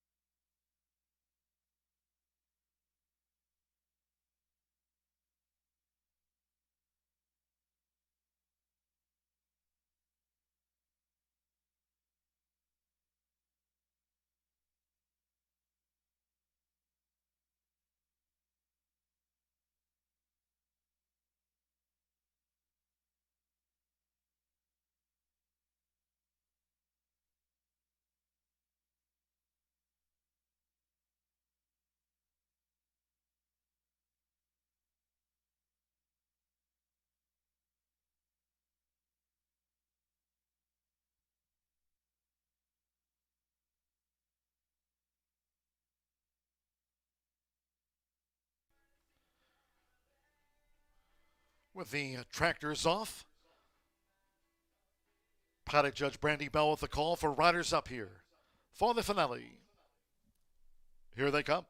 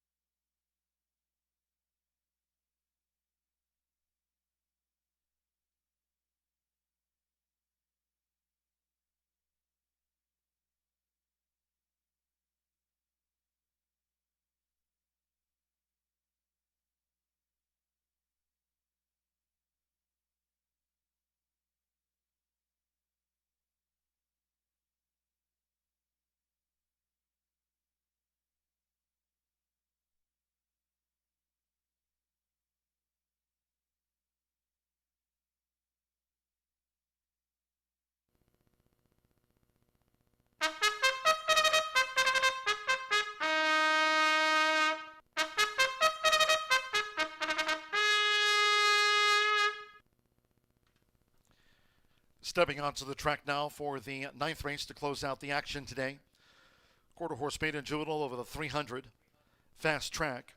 Scratch 9, Buck Bunny, and 12 FA Beach Run. Scratch the 9 and 12. In here, jockey changes to Bar B. Carlos Ruiz Cortez rides 2, Bar B. 6 El Tornillo. German Rodriguez rides and trains the 6 El Tornillo. Number 11, Too Much Corona 23, Alberto Serran rides the number 11. Too Much Corona 23 breaks from post 9 with A. Serran. For Ivory Jane is blinkers off the 4. Ivory Jane blinkers off for Natasha Perez. Exacta Trifecta Superfecta and the 10-cent quarter horse Pentafecta.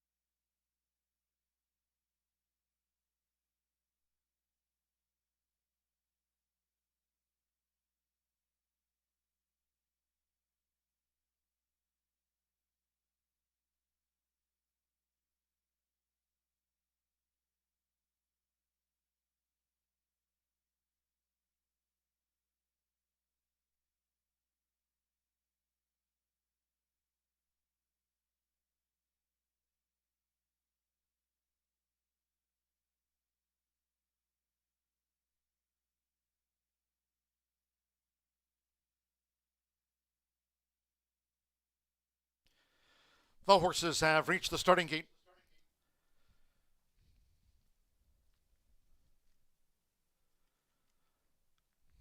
It is now post time. Carlos Ruiz Cortez, Bar B, uses a flipping halter. Bar B first in. Jess R. Patriot has the rail draw.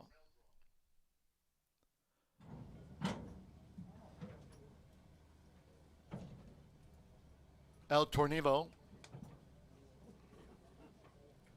Zimmern Cartel 6.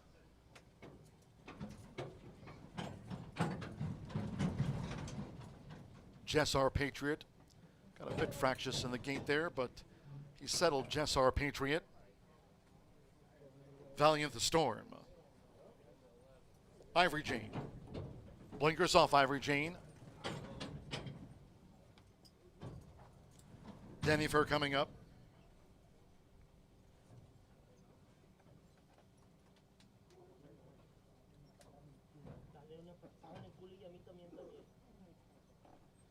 Waiting for Valiant Richard. Too Much Corona 23 and Watch for Estela will be last.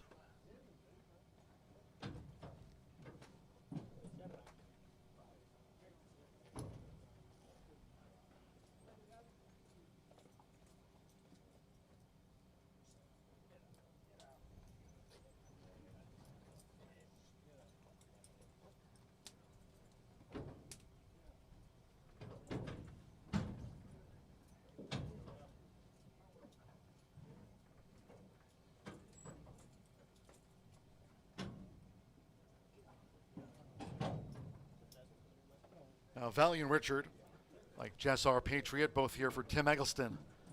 This quarter horse maiden juvenile dash over the 300 yards. Alberto Serran with Too Much Corona 23 and one more. Danny Martinez with Watch for Estela. Tuesday post time 2:10.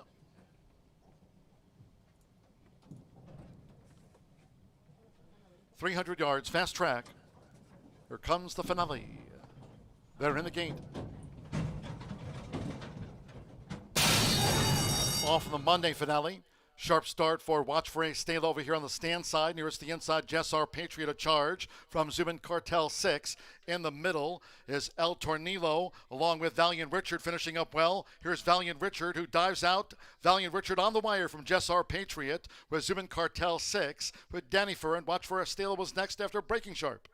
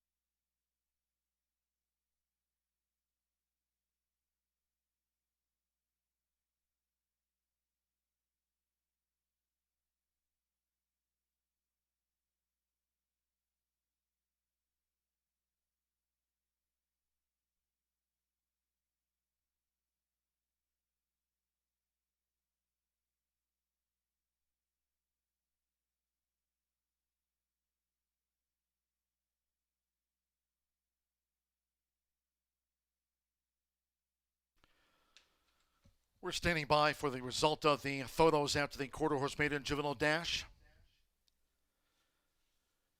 It will be a Tim Eggleston 1-2, 5-1, 3-8, 10-5. Valiant Richard, 2-1 first one. Jess R. Patriot, 2-1 second to the maiden for Tim Eggleston both. 3 Zubin Cartel 6 at 38-1 was third. 8 Danifer, 9-1 fourth, and 10 Watch for Estela at 2-1 fifth for the quarter horse Pentafecta. 15.777 seconds for that quarter horse maiden juvenile dash over the 300. Valiant Richard at Eduardo Luna Diaz. One of our quarter four jockeys for Tim Eggleston, Amy Youngblood Peoples, homebred. It's Valiant Richard. Third time was the charm.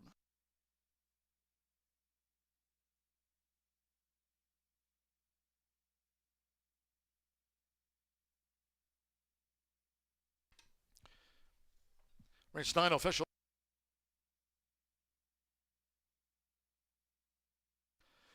$5-1 that Tim Eggleston exacta, $18.40, 50-cent trifecta, $42.25. 7-5 final double, $33.20. 10-cent superfecta, $46.28. Danny Ford ran fourth. Final pick 3 of the day, net $71.40. I'm with Watch for Estela fifth.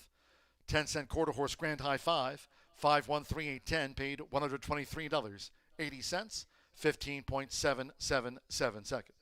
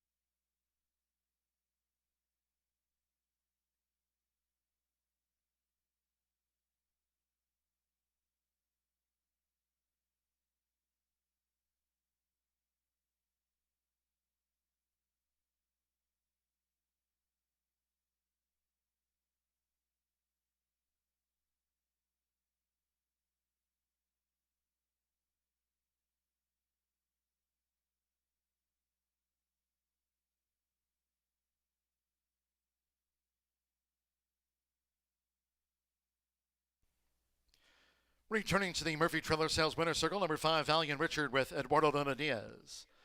Valiant Richard is a 2-year-old Brown Gelding by Valiant Hero. Then a Zoom Mare. Tim Eggleston trains for Amy Youngblood Peoples. When it was bred here in Indiana by the owner. Horseshoe Indianapolis congratulates the winning connections of Valiant Richard. 2-1 co-favorite. Takes out the quarter horse maiden juvenile dash for the Tim Eggleston. 1-2. 15.777 seconds. Fast, no wind.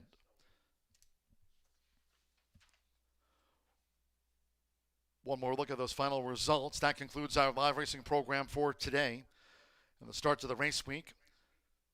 Thanks to all that joined us here on track, and cheers to all who tuned in this upcoming race week. Back tomorrow, Wednesday and Thursday cards from 2:10. Until next time, for all of us here at Horseshoe Indianapolis, it's been my pleasure today from the broadcast booth. At the bottom of the hour, track announcer John G. Douly saying goodnight.